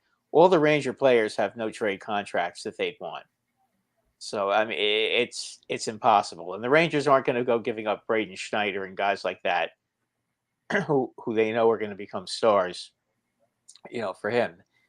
It just Boston wouldn't want that anyway. Boston, if you were going to trade with Boston for Pastrnak, you probably have to give him Panarin, or you probably have to give him Zibanejad, or one of those guys. And yeah, that would be great. I think he's better than both of them. To be honest with you, I'm not going to sit here and try to fantasize over that. But they all have no trade contracts, so it's kind of a moot point. If you're asking me who and what would I trade, if I could, I trade whoever the hell Boston wants to get him, because he's a superb player. He's one of the best players in the league. So. If you're asking me that, yeah, I trade anybody I could to get him, but they can't. They're all on no trade deals. So it's a moot point. To kind of build off what you're saying here, Brad, the only guy that I think would be worthy of getting Pasta for the Rangers, I think one of them is Adam Fox. Yeah, and he's got a no trade contract for the next 7 years. They're not, and they're not going to do that anyway. Right now, he doesn't. Who? Adam Fox? Adam Fox does not have a no. He doesn't have a no clause. trade. Nope. When does it turn into a no trade? I I thought he had a no trade contract. don't think it says. If you're saying never, then okay. I wouldn't trade him. I wouldn't trade him in for my any. eyes. He's a two-time Vezina, or not Vezina, Norris Trophy winner.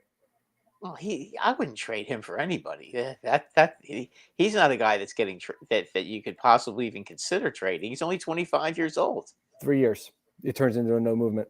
Oh, in 3 years. Okay. Mm-hmm. So this was the first year of the new deal. Mm-hmm.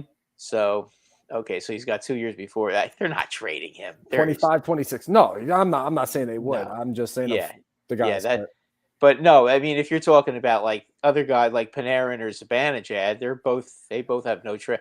Because let's be honest, the only two guys Boston could get that could replace Pasternak's production or Zibanejad or Panarin, and they both have no trade contract. So it's a moot point. It's an interesting question, though. Yeah, it is.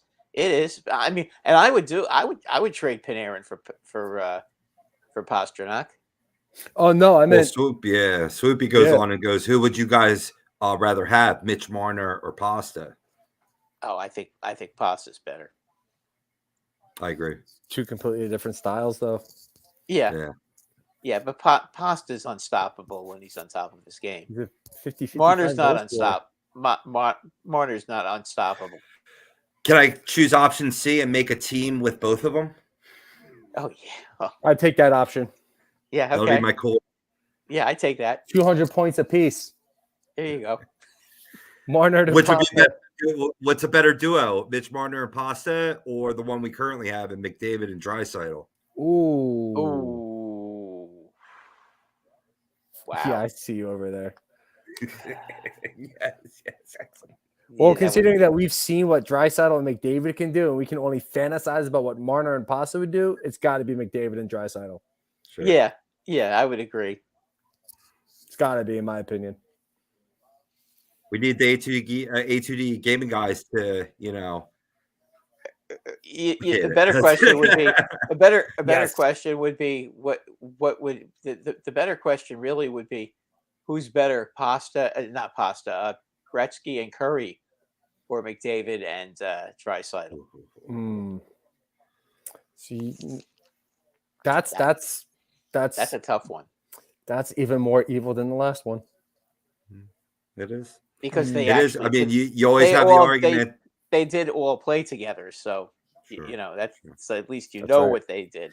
Different Exactly. eras of hockey, though, where you got a lot of high scoring back in the Gretzky, Yari Curry days. But True, but man, there was no red line. yeah, I yeah, mean, true. now there's no red line. Now there's no. Oh yeah, they had the Yeah, two-lane then they had a red passes line and- before. Yeah, there was no Yep. goal hanging. Could you imagine how many times Gretzky would have hit Curry with a breakaway pass Yeah. if there was no red line? Oh, God. had like 5,000 assists. Well, he's pretty close to that anyway. What does he have? He has over 2,000 assists, I think. Gretzky, doesn't he? Two I remember when he scored his 2,000th assist. He 24. was on the Rangers. He's at 24. Uh-huh. 2,400. He's at that many. I'm gonna confirm, but I think it's like 2,400. Yeah, because at one time and this may still be true. He had more assists than anybody had points in the league. Oh, he is at 2,800 points, and he's at 1,900 assists. 19. I thought he had 2,000 assists. I thought so Okay. too. Then I guess when he scored that one, when he got that one assist that I'm remembering, when they made a big deal of it, that must have been the point that he got that gave him more assists than anybody else has points. Maybe. Gretzky didn't have 2,000 assists. What a fraud! Yeah, what's wrong with him? He sucked. Yeah, could have been the 200 or 2,000th point. By the way, guys, how did you like the that game Panarin had against the Canes the other night? I didn't see it. He had 4 goals and an assist. Yeah. Oh yeah. No, that he was number 1 star of the week last week because of it. Yeah, that was ridiculous. Everything he was. I don't know who told him to start shooting. Did somebody tell him that he needs to start shooting more between the second and third period? Right. Because I don't think he's had 4 shots on goal in a game this year, let alone 4 goals. Right, but he was setting up goals all week leading up to that. I think in the 2 games prior, he had 5. No, I'm sorry. In the 3 games prior, he had 5 assists combined heading into that game, and then puts up the natural Hattie, another 4th goal, and that was his first 4-goal game of his career, and it matched his first All-Star appearance this year. Is that right? Because that's crazy. Wait, Panarin only has 1 All-Star appearance? Yeah, this was his. According to what I read today from NHL.com, that this was his first All-Star appearance and also his first 4-goal game. I thought he had both. I could have sworn he had at least 1 in Columbus. He never made the All-Star game before. I know he didn't make it as a Ranger because he was hiding from Putin last year. Right. So because he said something bad about Putin, and then his life was being threatened, so he missed about 3 weeks last year, and so he didn't get voted. He didn't make the All-Star team because of that. But I mean, he didn't make it as a Blackhawk or a Columbus Blue Jacket. That's hard to believe. Well, it doesn't surprise me to be in Chicago, with Taves and Kane being in Chicago too, and at their peak. Yeah. How many guys not being an All-Star? That's surprising to me. That's crazy. Yeah. Wow. Right. Yeah, when you think about how many points he has. Mm-hmm. Yeah. Well, no, he got it this year. That's for sure. Don't worry, Ted. We're gonna get to it, buddy. Since Tort put out the letter to rebuild, who you see getting traded away? Okay. We got a nice little list of trade bait and trade rumors and greatest trades of all time that we're going to get into in the next segment here. Yep. Yeah, that's false. I definitely debunked NHL.com. 2016-17, he made it as a Blackhawk. And then he also made it as his first year with the Rangers in 1920. Oh wow! Okay. No, he was a starter for the Rangers, and he was a reserve for Chicago. Oh, okay. Oh, wow! So we didn't even make it for Columbus. Wow. That's amazing. I mean, that sounds a little bit more right. Yeah, I mean, I could believe that Columbus kind of gets ignored by the National Hockey League media Yeah. pretty much. So that I could believe. Interesting. Until they actually like win a playoff series besides the Tampa Bay one. Well, Columbus went to the Eastern Conference Finals not that long ago.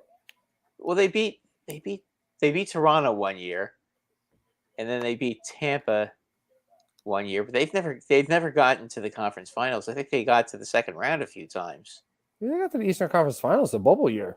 They did? I think so. No, it was the Islanders and Tampa Bay in the Eastern Conference Finals that year, wasn't it?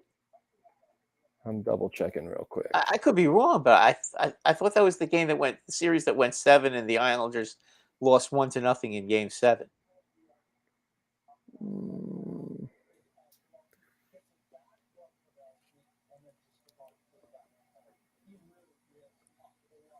Okay, so it would have been 2019. That was the last time they made the playoffs. Let me pull up that playoff bracket here. 2019 playoff bracket.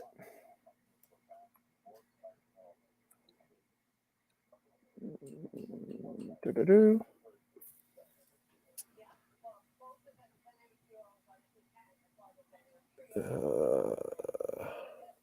I think they played Tampa Bay in the second round and they lost that year. Oh no, they lost in the second round of Boston. Yeah, I don't think they've ever gotten past the second round because they beat Tampa in the first round, and then Toronto lost to Boston in the first round. That was the year that they went to like, what was it, triple overtime? In 5 overtimes. Game 1. Yeah, that was 5 they had 5 overtimes that year. 5 overtimes. That's right. Okay, yeah, I remember. Point scored a goal that was definitely stoppable after all the incredible saves that they both made, those goalies. Yeah, because it was Boston and St. Louis in the Stanley Cup final, with St. Louis winning their first. Right. Wow, I don't remember. Oh, wow. Okay. I thought they went to the Eastern Conference Finals that year. Never mind. Wrong as usual. Yeah, it was close. It was whatever. Trust I don't think Swoopy. I don't think that the Flyers are going to trade Sealer. Yeah, I saw that report on Puck Empire. I don't think so. And I'll tell you what, right now they're not going to get equal value. It's not going to be worth it for them to trade him. They might as well keep him. I mean, I think they can get. There's teams interested. Teams are calling, and they're asking about Sealer. Yeah, but what are they going to get? Are they going to get like a third or a second for him? I would ideally think that Sealer would be at least worth a third. You got to get a third. If you get a third, maybe. Mm-hmm. I'd say at least. Oh yeah, for a third, at least maybe a second. If you can get that high, yeah, okay. Maybe. I mean, they sold Justin Braun last year. Yeah. You put him on a better team. He's a third pairing at best, though. So how much, you know what I mean? Much could you realistically get? I mean, as good as Nick Sealer has played, and he has. You know, I don't want to take anything away from him, but if he's going to a better team, obviously he's going to be a third pairing. Yeah, and he also got to think he still has that upside too. 24-year-old, I believe. Say again? Yeah, he's a 24-year-old, right? Defensemen don't generally hit their stride until 26 to 27. True. They usually take a little longer to mature than the forwards do. No, he's 29. Oh, never mind. Oh, he's 29. Yeah. Give me that third. I didn't realize he was that old. Okay. I didn't think he was that young, and if he was, I would have to I would take back my opinion. I thought it was rub it out and white out and start again. Yeah, that's what I'm doing. Okay, if he's that old, then the third at the best. Third at best. Yeah. Wow, 29, really? You guys are blowing my brain tonight. You guys are. Hey, I didn't come up with it off the top of my head. Thank you, Google. But yeah, no, I mean that's. Bottom line, I'm going to also thank while I have. We all thought you were a genius. Not me. I just put one on TV. But I will tell you about All Campus. It's the home of the A2D brand booth. They're giving away 20% off everything in the store, including hats, shirts, and their team cornhole sets to all of our subscribers. Go check them out. Hopefully as we get closer to the spring and summer season, they'll be available right there on the boardwalk, and that's a good time to go check them out. All campus. Nothing better than going to all campus and then stepping right out of the store and having a beach right in front of you. Say, it wouldn't have been a bad beach day today. Yeah. Past 2 days, been 50s, 60s. Yeah, Let's go. We're not going to talk about how warm it's been down here. How about 70s. How about? Oh shit! Oh, yeah, man. Mid 70s tomorrow, upper 70s Thursday. Well, we drop back into the 50s. Do you know what else has been hot recently, Brian? That's been the trade rumor market. That's been the actual trades going down, as we talked about. Tarasenko now a New York Ranger. Certainly a couple of deals already leading towards the March 3rd deadline. So we're going to get right into it, boys. Some of the big trade rumors that I've been hearing. Brian, I believe you touched upon this before, where you said that the Blue Jackets did hold out defenseman Vladislav Gavrikov.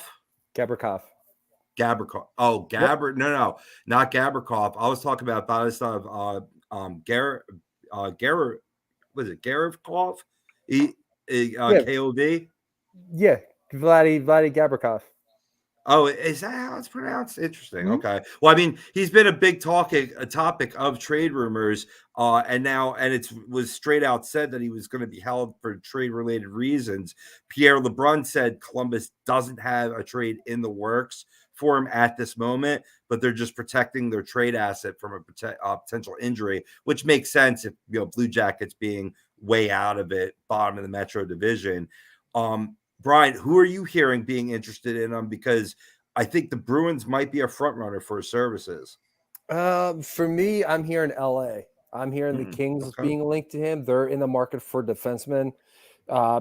They've been very linked to, and from what I heard yesterday, they almost had a deal done for Jacob Chikrin. So if the deal falls through for Chikrin, I absolutely see LA being interested in Gavrikov. He's a guy who's, I believe, a UFA at the end of the year. Plays a very good style, very LA-like style for them, and he's not going to cost a ton either. He's not going to cost a ton. You're going to get a second pairing defenseman out of him, which I do believe they need. Offensively, I think LA's been fine. I think goaltending-wise, you're going to see them go after another goaltender as well. Absolutely. That's been their problem this year. Gavrikov is the cheaper option. If they can get Chikrin, they're out of the running for any goaltender. And I think this move, getting Gavrikov for LA, makes more sense instead of going out and getting the. Well, what about if they try to get Felix Sandstrom? Hey, could they get a guy like Felix Sandstrom with Gavrikov? Yeah, but he's not going to help because they need a guy who can be a little bit better than Felix Copley. And with the injuries that they've had, you need to go out and you need to get a legit goaltender. I could see more of maybe a Cam Talbot for LA. He's not necessarily a starter. Could play a backup role, but good enough to be a starter and win hockey games. And we've seen that his entire career. Not flashy, but he wins hockey games. No, he's solid though. Mm-hmm. He's solid. He's good enough. Right. There's a wild card in this scenario too, boys. And I read this earlier today that if they do move Gavrikov, right, they could maybe potentially use those pieces for the Blue Jackets themselves to acquire Jacob Chikrin as a part of their rebuild. And Chikrin's still young. He's 24. Right. I know that. Yeah. Right. How many more years is he under contract for? 2. 2. Okay. So. Right.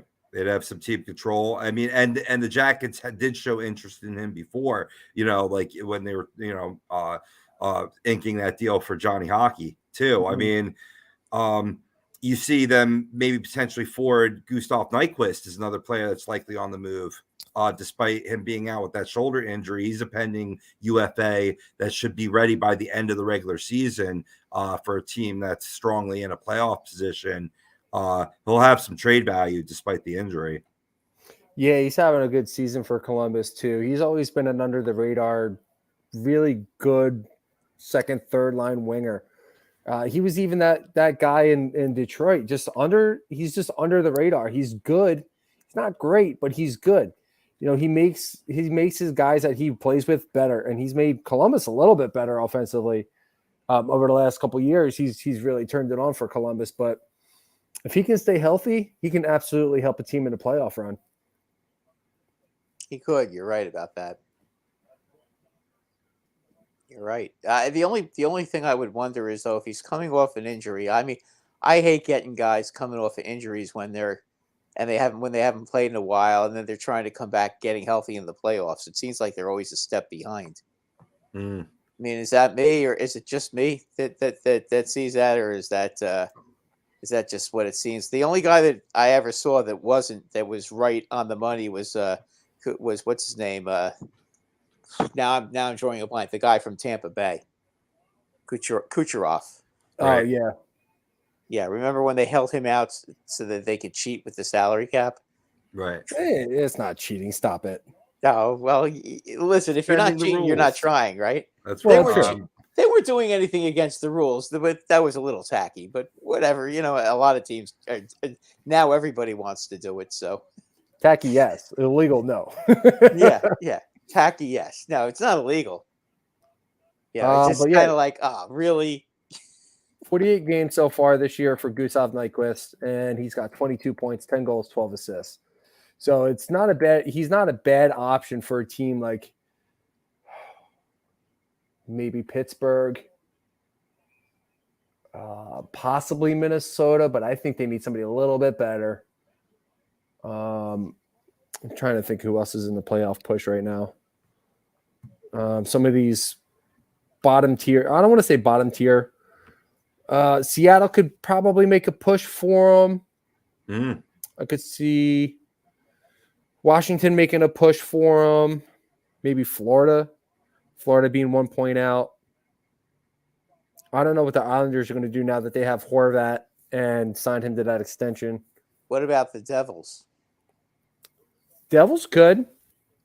I see them making a big splash, though. They just scored with 1.4 seconds to go to beat Columbus, those scumbags. Oh, wow. I hate the Devils. Amen, brother. They're so lucky. I mean, you know, basically it went off at the defense. This guy, I don't know who it was, but he centered the puck. It went off of a Columbus defenseman's leg right to a guy in front of the net, and he scored. Jeez, poor Columbus. They're snake bit. Good. Fuck them. Which player are you talking about? The Devils win the game 3-2 or 2-1 or whatever the hell it was. Jeez, yeah, I had to turn on that game and get aggravated. Jesper Bratt actually got the goal. Oh well. Swoopy, who are you talking about? Yeah. I've been out of the loop a little bit, though. I've been busy. Are you talking about the kid in the ECHL or whatever that jabbed the dude with the hockey stick, the fan with the hockey stick? Are you talking about that kid? Because you're talking about that Happy kid. Gilmore? Sort of. Did he take his escape blade off and try to stab somebody next after that? Yeah. Oh, God. He's quick to apologize, though. Yeah. He took his stick. If this is the kid that I'm thinking he's talking about, took his stick, reached between the glass of the door and the boards, and just started jabbing his stick at a fan. Oof. Oh, that's not a junior game. That's not. You can't do that. You know, a friend of mine asked me why hockey players get so violent. Like, what's it about the game that leads to the fighting instances like this or what have you? And you know, I told her that, well, the nature of the sport where, you know, the goals aren't scored as in abundance as you see in football or baseball or certainly basketball, that you got to work for each point, that's going to build to a lot of passion, and that's also going to build a lot of frustration that boils over when somebody does something that you don't like. That was my answer in a nutshell. I mean, I went on, I don't want to keep on going on and on, but what do you think it is about the sport that gets guys so violent? I don't necessarily know if it's violent. It's passion. Yeah. Yeah, I think it is passion too. Yeah. I think a lot of it is, and you don't see it in every game. I think a lot of it is not necessarily them being violent. It's standing up for their teammates who takes a dirty hit or catches a stick up high, or Just somebody something saying like something that. somebody having a big mouth and chirping them all the time. Yeah, I mean, sometimes you have to drop the gloves and more times than not, if there's a fight in a game, it's for a momentum swing, trying to get your guys going. Yeah. To be honest with you, like if you meet most of these players outside of the ice, and I say most because there's some of them that are actually dickbags, some of them are actually really, really good guys, and Most of they them act the way they act on the ice because it's the role that their coach wants them to play. Sure. Like Riley Surely. Cote, for example, who we've had on the show. Great guy. Was a dickbag on the ice. Off the ice, he's a great dude. George Laraque, dickbag on the ice. Off the ice, great dude. Not violent at all. It just depends on the role they're playing, and it depends on situations. It's situational. I've heard that about Ryan Reeves too. situational. That he's a pretty Yeah. cool guy. Well, he's a real fun, nice guy off the ice. But Oh, these okay. guys have roles to play, and a lot of them are policemen for their team. Okay, and a lot of times if somebody they feel is cheap shotting somebody on their team, they're going to go out and they're going to kick your ass. It's that simple. And sometimes there's a couple. There's a few players. For example, the last fight we saw, one of the better fights we've seen this season between Reeves and Delorier. They wanted to fight the last game when the Flyers played Minnesota. Those two wanted to go, and so they went. And there was no cheap shots or anything else other than the fact that these are two of the best fighters in the league, and there's the heavyweight belt to be to worry about. Yes. I think that would describe that. But a lot of times there are certain players that nobody likes either. I'll give you an example of a player that's playing now, Austin Watson.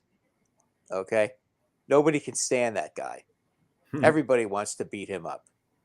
So as a result, he gets under everybody's skin and he has to defend himself. He's constantly fighting. I'm sure we could think of other guys. Brad Marchand is one of the most annoying players in the league. Right. I don't know how many fights he's gotten into in his career, but I would imagine that he's taken some pretty brutal shots over his career because he plays like a I don't want to say it, but he plays like his head's on fire. Swoopy brings up a classic player for this role, Wendell Clark. Mm-hmm. Yeah, Wendell Clark scored a lot of goals though. Yeah, truth. Yeah, right. Terry O'Reilly too. If you want to go back to the 70s and early 80s, Terry O'Reilly scored a shit ton of goals. But talk about an example of a guy, like he says it pretty well, hated on the ice but loved off the ice, kind of to Ryan Reeves or even others in this league. Yeah, absolutely. I want to jump back to this real quick. He was talking about Jacob Verana. It's his final shot. It's his final shot. They weren't initially going to bring him up, but due to an injury on the roster and somebody going on the IR, I forget who it was, but I was reading this earlier today. He's getting one more shot with the Red Wings, and we'll see how things go. Gotta get that temper in check, boy. But all right, boys. Let's. Any other rumors? We talked about Patrick Kane. If there's anything else, we could certainly throw that in there. His teammate, defenseman Jake McCabe, has been playing really well amidst rumors that he could be dealt. Timo Meyer. Yep.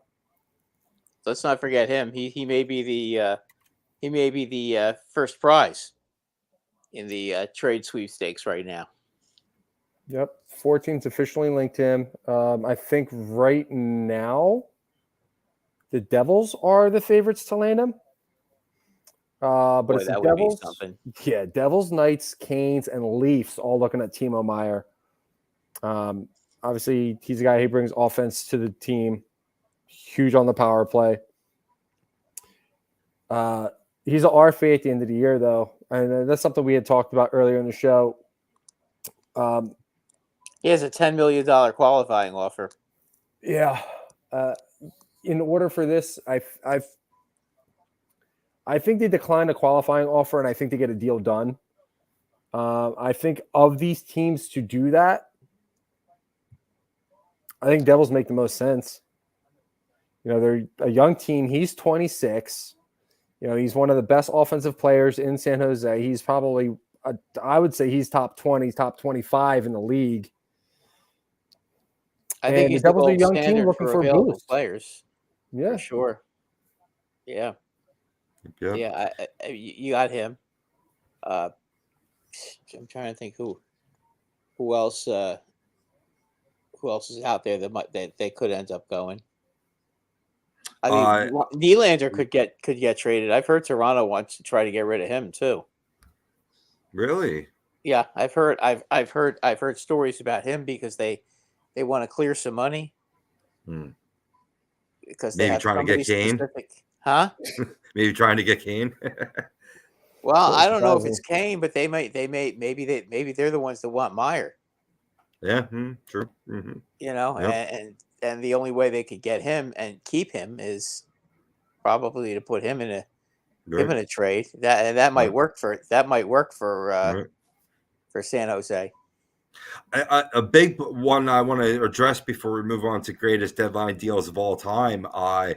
Erik Karlsson, you know, he's been topic. You know, a lot of teams. Edmonton. Yep, big time. That's exactly what I heard today. That they're strongly linked to Erik Karlsson, and according to Oilers Now host Bob Stafford, he suggested it could take something like a 2023 first round pick, Evan Bouchard, Xavier Bourgault, and 2 contracts, with one likely being either Tyson or likely being Tyson Barrie for Karlsson. That's a lot, but man, that's exactly who the Oilers could use right now, is Erik Karlsson. Yeah. And the reason why I think that deal is going to be as big as it is because they have to clear the cap room to bring him in. Sure. He's making his cap hit is 11 million, 11.5 million. Yeah, you're right about you're right. And he's still got longevity on his contract too. I think he's still got like 5 years on his contract.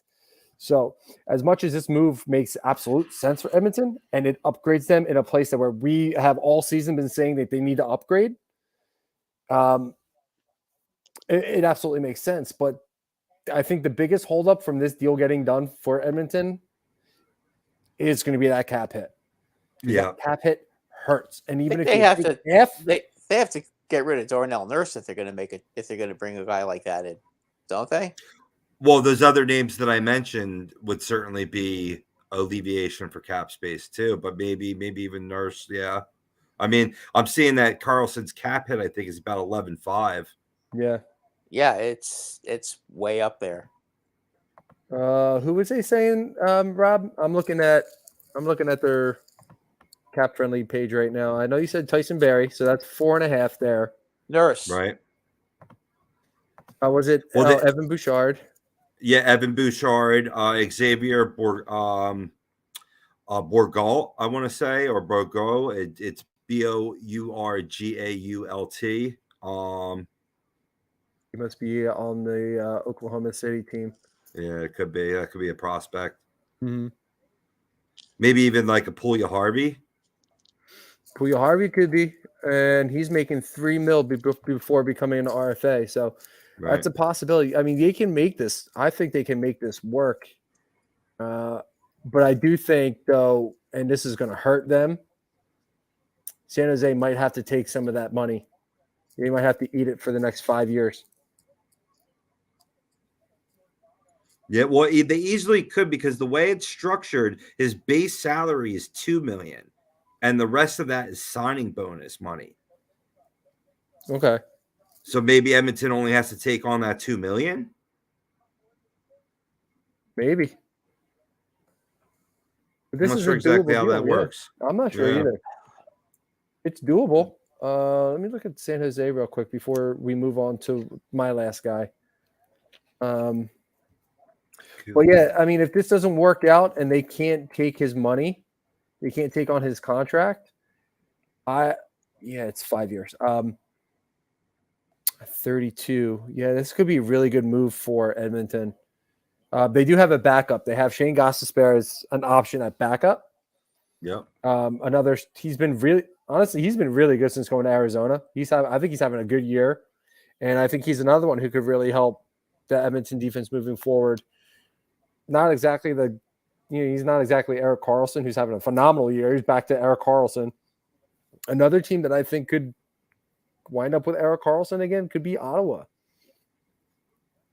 I think he could wind up going back to his old stopping grounds and doing his thing there. They got a young defensive core. I believe they have the cap space to make something work. And he's a great mentor for guys like Thomas Chabot and who's the other? Jake Sanderson, and there's one other kid. But I mean, that one could work. Let's see what they got cap wise. $3 million. And do they have any free agencies or free agents they can move? They got Alex DeBrincat, who's an RFA at the end of the year. I don't see him going anywhere, though. How about Jordan Greenway? I've heard rumors about him. I have as well, yeah. It's a good one. Jordan Greenway is not a bad one. I think he's a good role player for somebody. Who said Zucker? It was Swoopy. Swoopy said Jason Zucker, but I could see him going somewhere.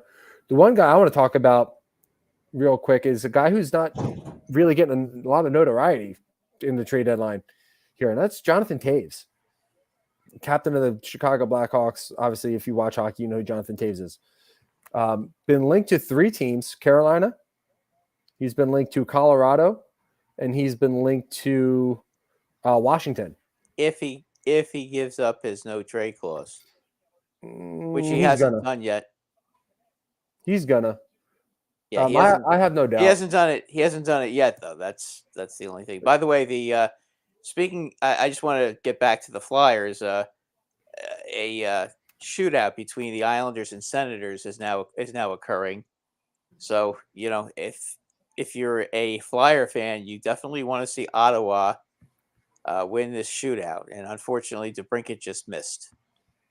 So that's a big 0 for Ottawa on the first shot. Come on. No, I don't even know. I don't even care.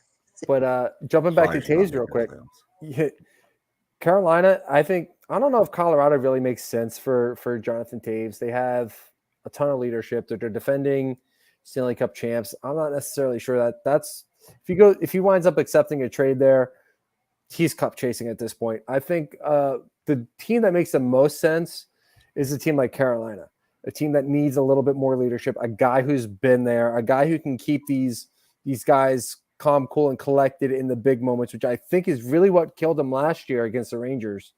Their problem is they don't have a true sniper. Oh, they do. Carolina. He's just 23 years old. Oh, Aho? Aho is their sniper, isn't he? No. Svechnikov. Andrei Svechnikov is their goal scorer. Okay. Again, his leadership ability, his experience in the Stanley Cup playoffs, he's a 3-time Stanley Cup champion. I think a team like Carolina makes the most sense for a guy like Jonathan Toews. And he's not going to cost a ton value-wise. You don't have to give up a lot to get him, but you have to figure out a way to make him work under the cap. Again, I think he's similar to Kane, where he's a 10.5 cap hit, going into this final year of the contract. And then he's a guy you don't really necessarily need to sign right away. You can let him test the free agency market and see what happens there. Because, like I said, you don't have to give up a ton to get him, and he can be a rental. Because I think the way Carolina's set up right now, they're set up to be a successful team for the next at least three or 4 years, I would say. okay, guys, Ottawa just beat the Flyers. The Flyers. I'm sorry, they beat the Islanders. Stolze scored and Batherson scored in the shootout to win the game for Ottawa. So the Islanders only get 1 point against Ottawa at home. That's got to be a very disappointing loss for the poor Islanders. Can you all feel their pain? Now, correct me if I'm wrong. Didn't Tim Stutzel change the way he pronounces his last name? Stutzel now, yeah. Oh, Yeah, it's like Stutzel now? Stutsley or something like that. Something Yeah, Stutzel? Stutzel. Yeah, that's what Oh, it is. Yeah. okay, now it's something that. crazy. Okay. And Nick Well, Abe-Kubel that guy isn't scored. Kubel That guy anymore. scored a beautiful goal, by the way, for the Senators in the shootout, and then Batherson finished it off. What is that about Knack? You said, Brian? He changed the pronunciation of his last name too. He's not Abe-Kubel. It's Abe-Kubel. Yeah, that's right. That's right. I heard that on the presentation of the Carolina game, Carolina and Washington tonight, since Knack has found his way to the Capitals. Ain't happening, bruh. Flyers have no cap room. Even if they took half the contract in it, you can't afford those two. Besides, they have to want to go to Philly, and I don't. As good as Philly's been, and they're not necessarily in the same situation, but they're in the same situation. Yep. Yeah, this year they are. I think next season is the season they make their move and they get themselves back in the playoffs, because you could see Washington, the Islanders, and Pittsburgh are all starting to. You could see the little whirlpool occurring with all three of them. And I promise you, you're going to see some guys who are going to be UFAs next year that are going to want to test the free agency market, keeping their eye on Philadelphia.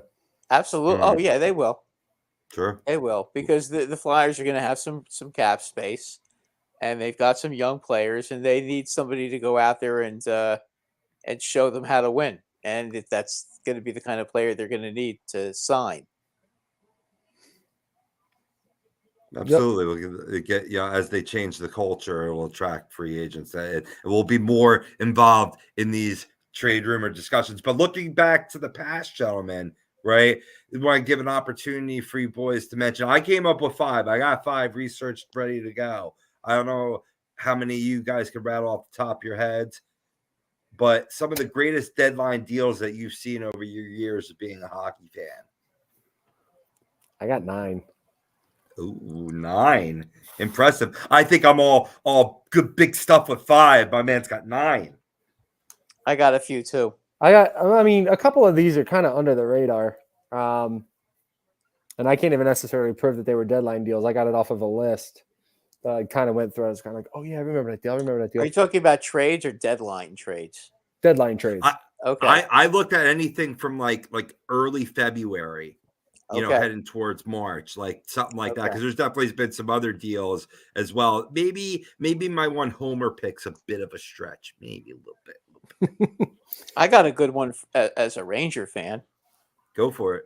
Marty St. Louis for Ryan Callahan. I knew you were gonna. That was one of the Ranger ones I looked at today. I forgot about that deal. That was a deadline deal? Yep. Yeah. Yes, sir. Yes, it was. Oh man. That paid off in dividends. And that was that worked out real well for the Rangers, because Callahan spent most of his career on the injured list, and St. Louis got them to the finals. Yeah, it worked out well for both. I thought that was a very even trade when that went down. It worked out well for both. It worked out well for both teams, but the Rangers did not want to pay him $7 million a year, and that's why they ended up trading him. And St. Louis they almost won the cup with him. They came real close. And now he's the head coach of the Montreal Canadiens. How time goes. All right, so we're doing homers first because I got one homer. Okay. I got one homer trade. All right. So this one was from 2010. This is when the Ducks acquired Lubomir Visnovsky, traded away Ryan Whitney, and as much as Ryan Whitney would have probably helped this team, Lubomir Visnovsky kept this team relevant. He became pivotal on their power play. He was their quarterback, and he was one of the best guys on that defense and kept the team relevant after the 2007 Stanley Cup final. When they got Niedermeyer, was that a trade or was that a free agent? He was a free agent move. Okay, never mind. Pronger was a trade. No, it wasn't. No, Pronger was a trade. No, he was a free agent. For the Flyers, you mean? No, for Anaheim. Oh, okay. Oh, for Anaheim, it was a trade. I thought so. Because he was with Edmonton. Yeah, he was with Edmonton, and Edmonton had to move him because he wasn't going to re-sign there. No, I'm concerned.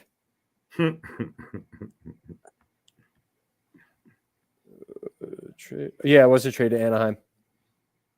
Okay, good. I wasn't wrong. Nice. Joffrey Lupul, Ladislav Smid, and a first round pick in 2007, 2008. Yep. Yeah, Swippy did one out of Edmonton, right? One and done. My homer pick and my favorite trade deadline deal of all time. It's not a big surprise. It's when the Flyers got number 10, John LeClair, Eric Desjardins, and also that trivia name that we always think of, Gilbert Dion, when they traded with the Canadians for Mark Recchi back in that 95 deadline deal. To this day, I think it's still got to be considered the top trade in the history of the Flyers. It led to, Legion of Doom and many cup runs, not quite the cup itself, but that was one hell of a move. Really took this team to the next level. Yes, it did. That was a ballsy trade at the time for them to trade Mark Recchi. But that worked out real well for them. Yeah. Well. How about this? Yep. How about this one? Okay. Now this is a long time ago, but this jump-started the Islander dynasty. Jude Drouin and JP Parise for 2 first-round picks. Say that again.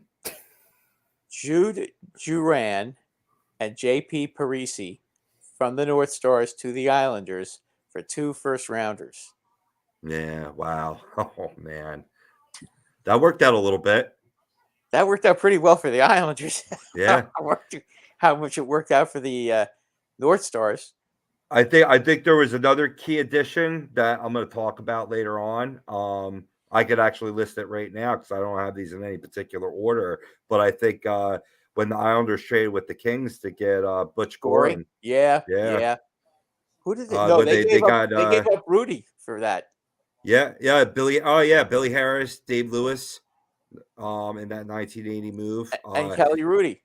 Right. Yeah. I just Goring was, I think, the final piece that the Islanders needed to, and when they got him that year, that was 80 was the first year of their 4-cup run, right? Yes. Oh, Butch Goring was a tremendous player. He always was a tremendous player. Yep. I mean, when they made that trade, I was pissed off because I was like, oh man, Butch Goring, god damn. Right.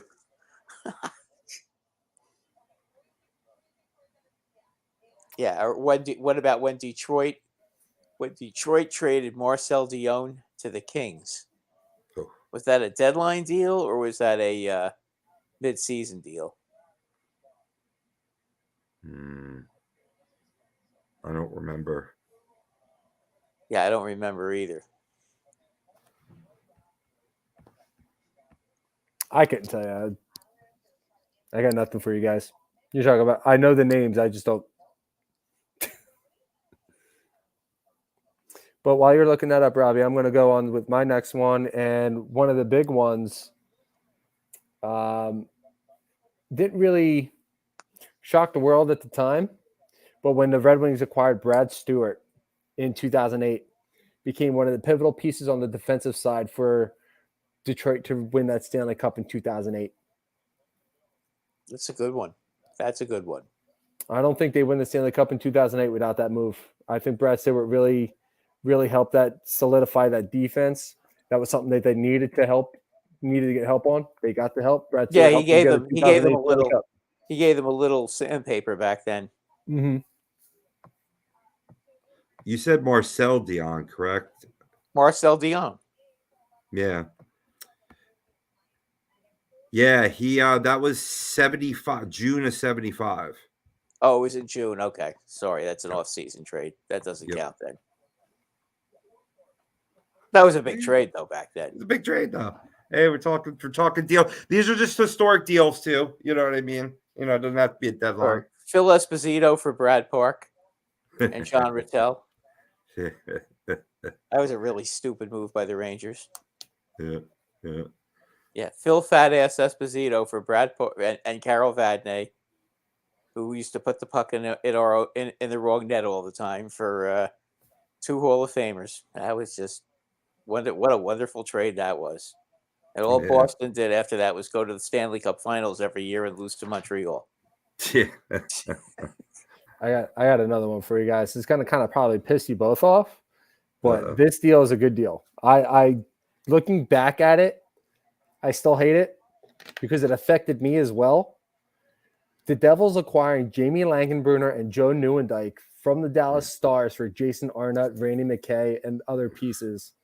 That was a big one. That Yeah. was a big one. That was an annoying one. Yeah, Because Jamie Langenbrunner, if no Jamie Langenbrunner, no cup in 2003. that's for Right. sure. Right. He led the team. He led the team in points. I think he had like 24 points throughout that playoff run. He was so good when he was with the Devils. He was good with the Dallas Stars too. Yeah, he was. Yeah, I know he was. He I was. mean, it's a shame Joe Nieuwendyk fell off, but at his age, by the time he became a Devil, he was at the end of his career anyway. So it's not that it wasn't that big. Yeah, but they went. That was more or less veteran leadership for them. You get Arnett, who is aging off the roster. You get Randy McKay, who's aging off the roster. You bring in a fairly young Jamie Langenbrunner. You throw the C on him, and the Devils remain relevant for the next X amount of years, and they get a Stanley Cup in 2003, 2 years after they won it in 2001. Right. Here, you guys want a real historic one? Phil Esposito gets traded from Chicago to Boston for Pitt Martin, and I can't remember the other two. And that's the point too. I can't remember the other two. But Phil Esposito was on the Blackhawks before he scored the 76 goals for Boston. Okay, the Blackhawks traded Phil Esposito for Pitt Martin, and I can't remember who else was involved in that trade. But boy, that was a bad one. You know, it seems like he got moved a lot too during his career, which it makes you wonder. I mean, such a great hockey player. Yeah, well, he scored about 500-600 goals for Boston, so I think it worked out pretty well for them. I think so. Coming from Boston, you know, that kind of ties into one of my top 3. I think these definitely fit into my top 3. And I'm going to group these two together because it's hard to differentiate. When the Colorado Avalanche, you know, between the years of 2000 and 2001, acquired 2 of the best defensemen in the NHL all time. Ray Bourque, obviously, remember, acquired from the Bruins along with Dave Andreychuk in that multiplayer deal.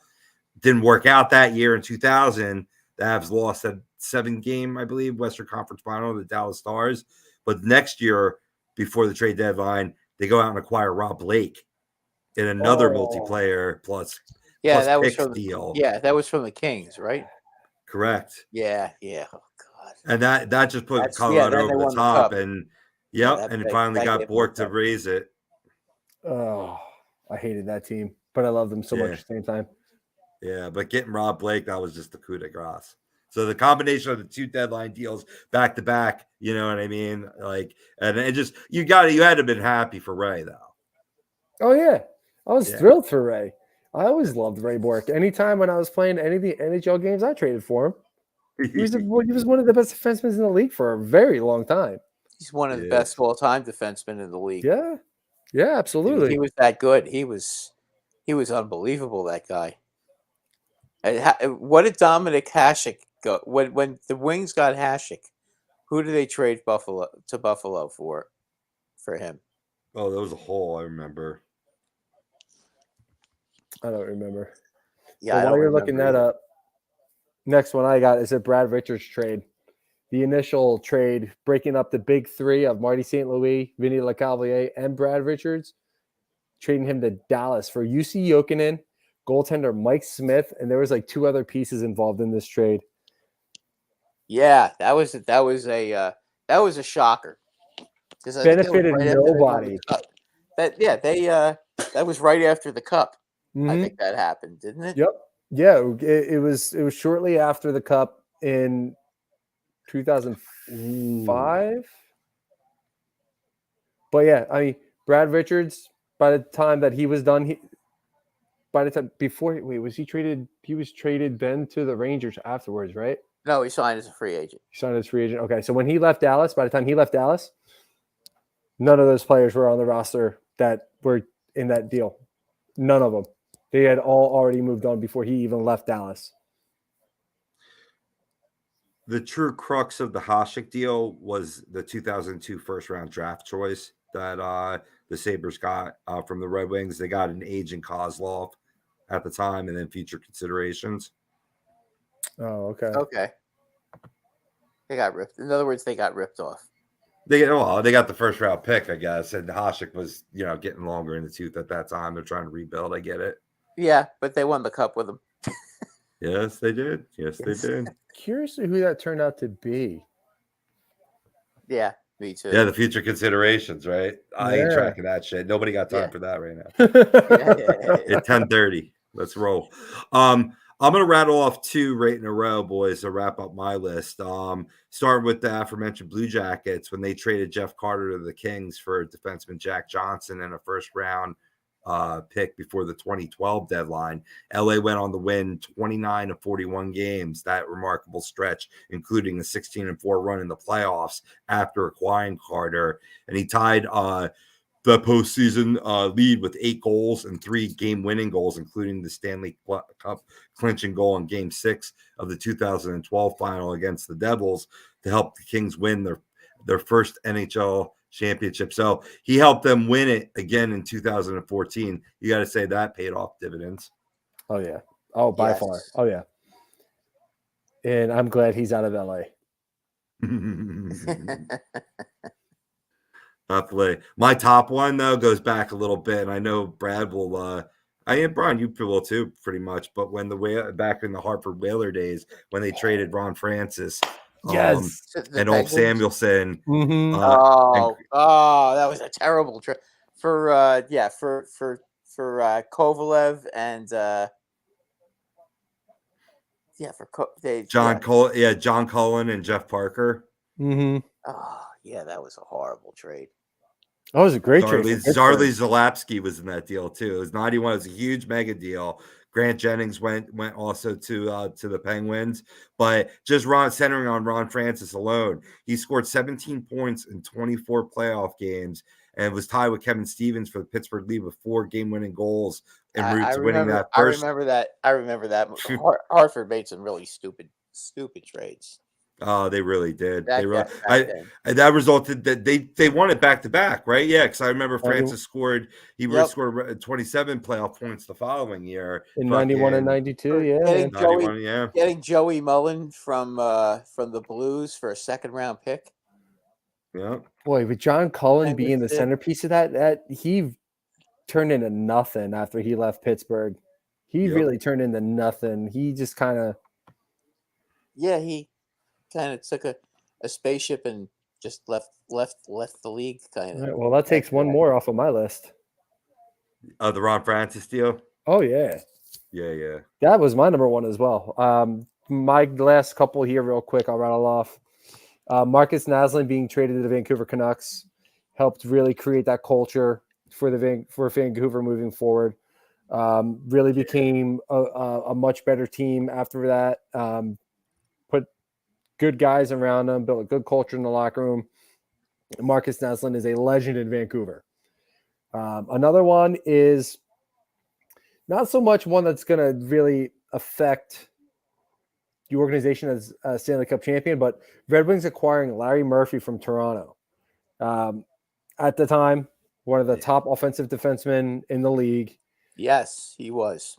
Helped mold one of the legends of Detroit, Nicholas Lidstrom. And I don't think he's the type of player he is without Larry Murphy. Marian Hossa being traded to Pittsburgh Oh yeah. became huge on a Stanley Cup run. Yeah. Ultimately, I think he fell short that year. Didn't win it until he went to Detroit, or it was the other way around. I can never keep that straight. Yeah. think he won it in 2009. He got the first time in 2009 with Detroit. I think he lost it with Pittsburgh. Exactly. What about Lanny McDonald getting traded to the Flames, and then they won the cup? Oh yeah, that's a big one. Love the stash. That's a big one. And then my last one, I know you're not a fan of him, Robbie, but Chris Chelios being traded from Chicago, where he spent 16 years, to Detroit, where I think he spent another 10 years as a player. Yeah, he did. Became a key contributor in 2002 when Detroit won the Stanley Cup. It just gave me another reason to hate him, because then he was a Red Wing. Mm-hmm. But I mean, no offense, Don. This was a different Detroit Red Wing stamp that we're talking about. That was the source of my hatred. That was more the Western Conference Detroit Red Wings that I hated. The Eastern Conference, I'm all right with them. Because they're irrelevant. Right. Maybe not soon. They get paid Dylan Larkin money, though. Mm-hmm. Who did the Flyers trade for Reggie Leach? The Seals. Whoever it was, that's got to be the biggest fleece job of all time. John Johnson, that's a great comment. Because they put him in systems where he can actually play.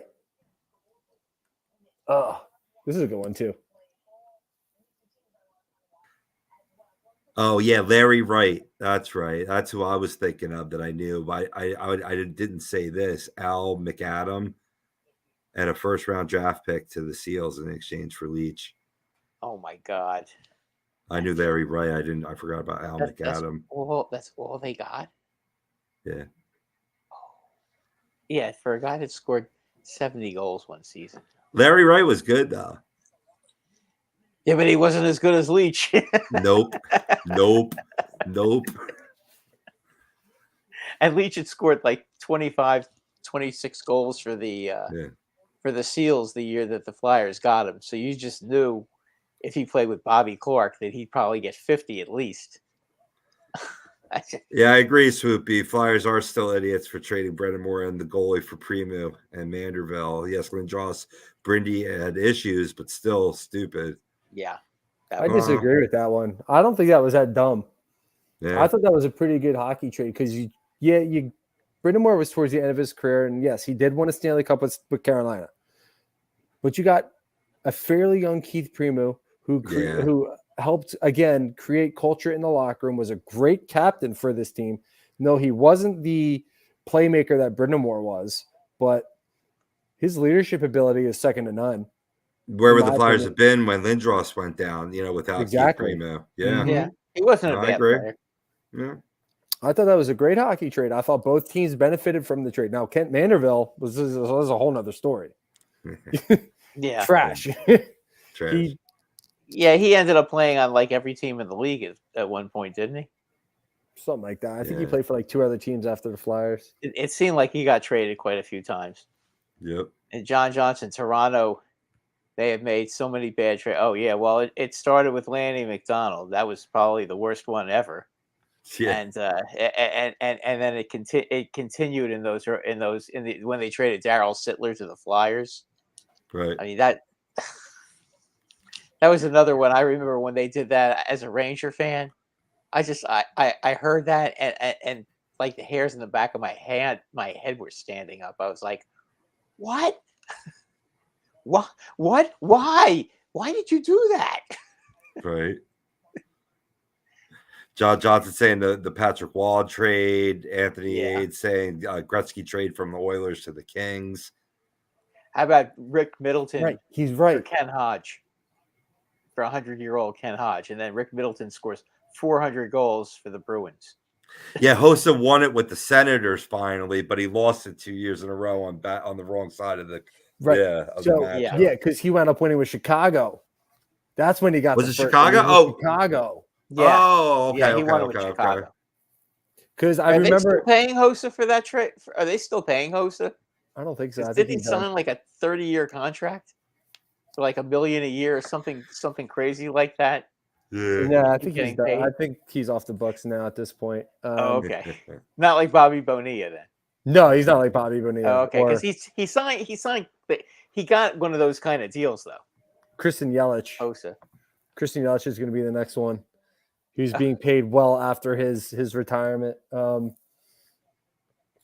don't think so. I don't think it was anything like that. Yeah, I think it's Kovalchuk who's getting paid by the Devils. I think he's still getting paid by the Oh, Devils. is he? Okay. Yeah, he probably is. Yeah, Soupy, I get the Brendan Moore. I get it. Trust I me, love I've the had hot rod though. I'm with you. Yeah. I'm with I've you had my too. I'm favorite with you. players traded too, and I hated the trades, but the trades at the time made sense. Yeah, that's what it boils down to. All right, boys. Third period brought to you by FanUp. It's the best way to enjoy fantasy sports. Daily NBA, NHL contests, and MLB will be here pretty soon enough. Preseason or spring training games starting roughly about a week and 10 days away.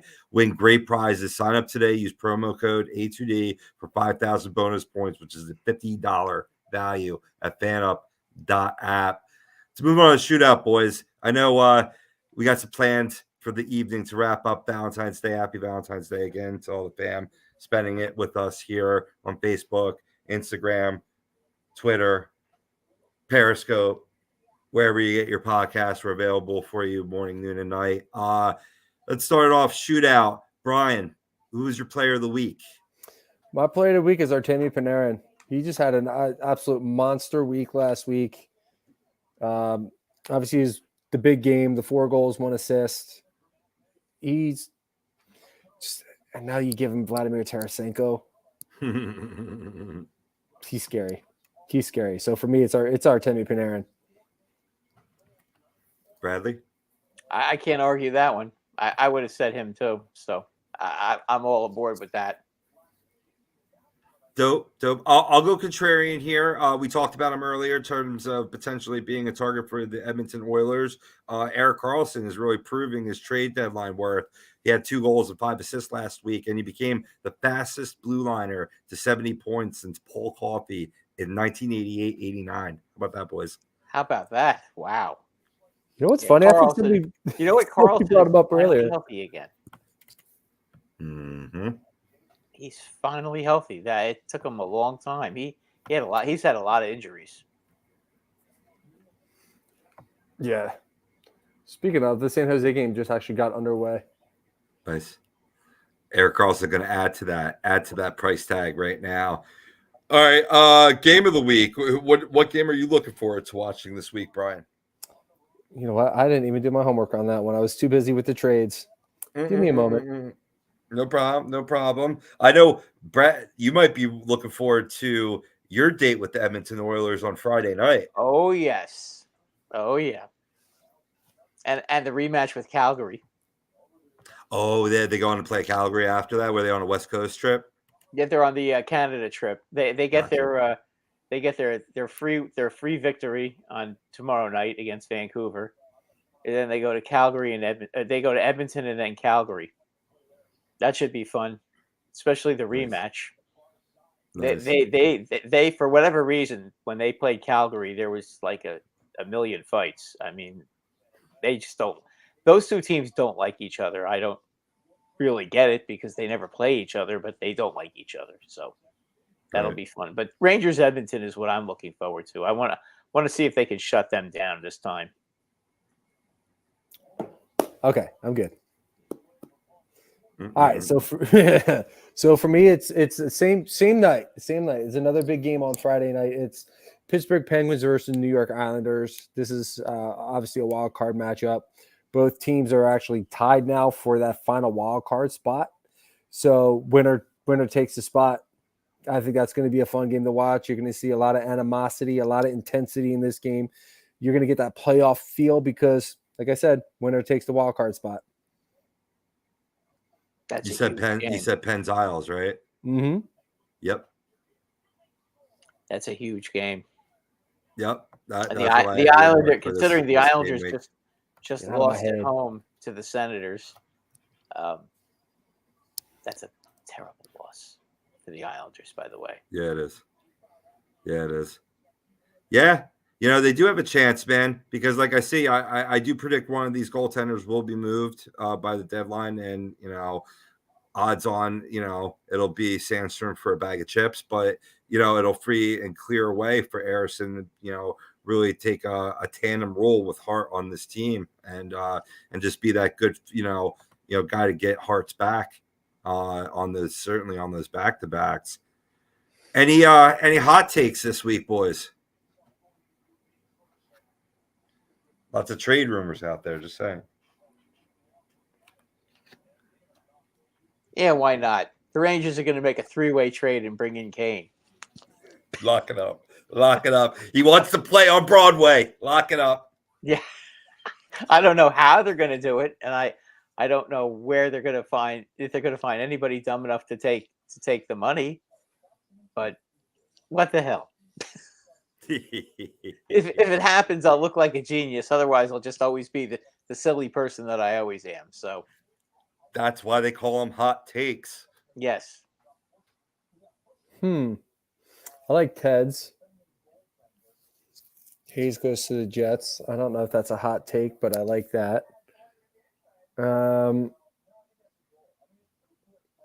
For me, I don't know. I'm leaning towards Chikrin being traded, but I'm not necessarily.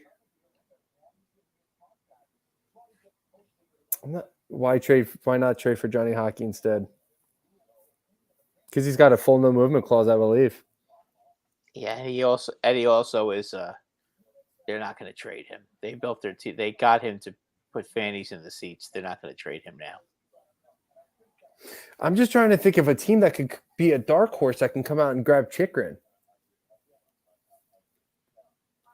Any team could grab him because he signed for another 2 years. Yeah, but it's a team that actually needs a top pairing defenseman. Everybody. You know what? Really? Edmonton's out. Edmonton's Pittsburgh. out on Carlson. Edmonton's out on Ghost. LA's out on Chikrin. They go get Gavrikov. And Chikrin goes to Edmonton. Yeah, that could happen. Mega deal. In a mega deal. He's a lot cheaper than Carlson, too. But the difference between the two is longevity on the contract. Plus, I'd rather have the 24-year-old defenseman, put him with Nurse, who I think is a little bit better. Actually, let's just be real. He's a lot better than Darnell Nurse, who could probably actually help mold him into a solid NHL defenseman. Darnell Nurse is garbage. Ask any Edmonton fan; they'll tell you they hate him in Edmonton. Oh, it's not anything unknown. Yeah, they want him. He's gone. garbage. He's overpaid. He's overrated. Yeah, they want him. They want him gone. They want him gone yesterday. Did I predict where Erik Karlsson was going yet? Yes. Because I think I said Karlsson's out on Edmonton. Gavrikov goes to LA. Then you got Chikrin going to Edmonton. Karlsson goes to Ottawa. He goes back to Ottawa. Back to Ottawa. Back to Ottawa. Yeah, Ottawa could I could see Ottawa making a move like that. They're looking to save some face. Before we stop, what about the guy? And I can't remember his name, but the guy on Pittsburgh, the defenseman that they got from Toronto for a first-round pick, who is now on the market again. I just can't remember his name. It's not Joe Marino. It's not Marcus Pettersson. It's obviously not Chris Letang. No, I just can't remember who it was. Evan Rodriguez? No. Do you remember they got a defenseman from Toronto for a first-round pick, and now I can't remember his name. Damn it. Let me see if I can find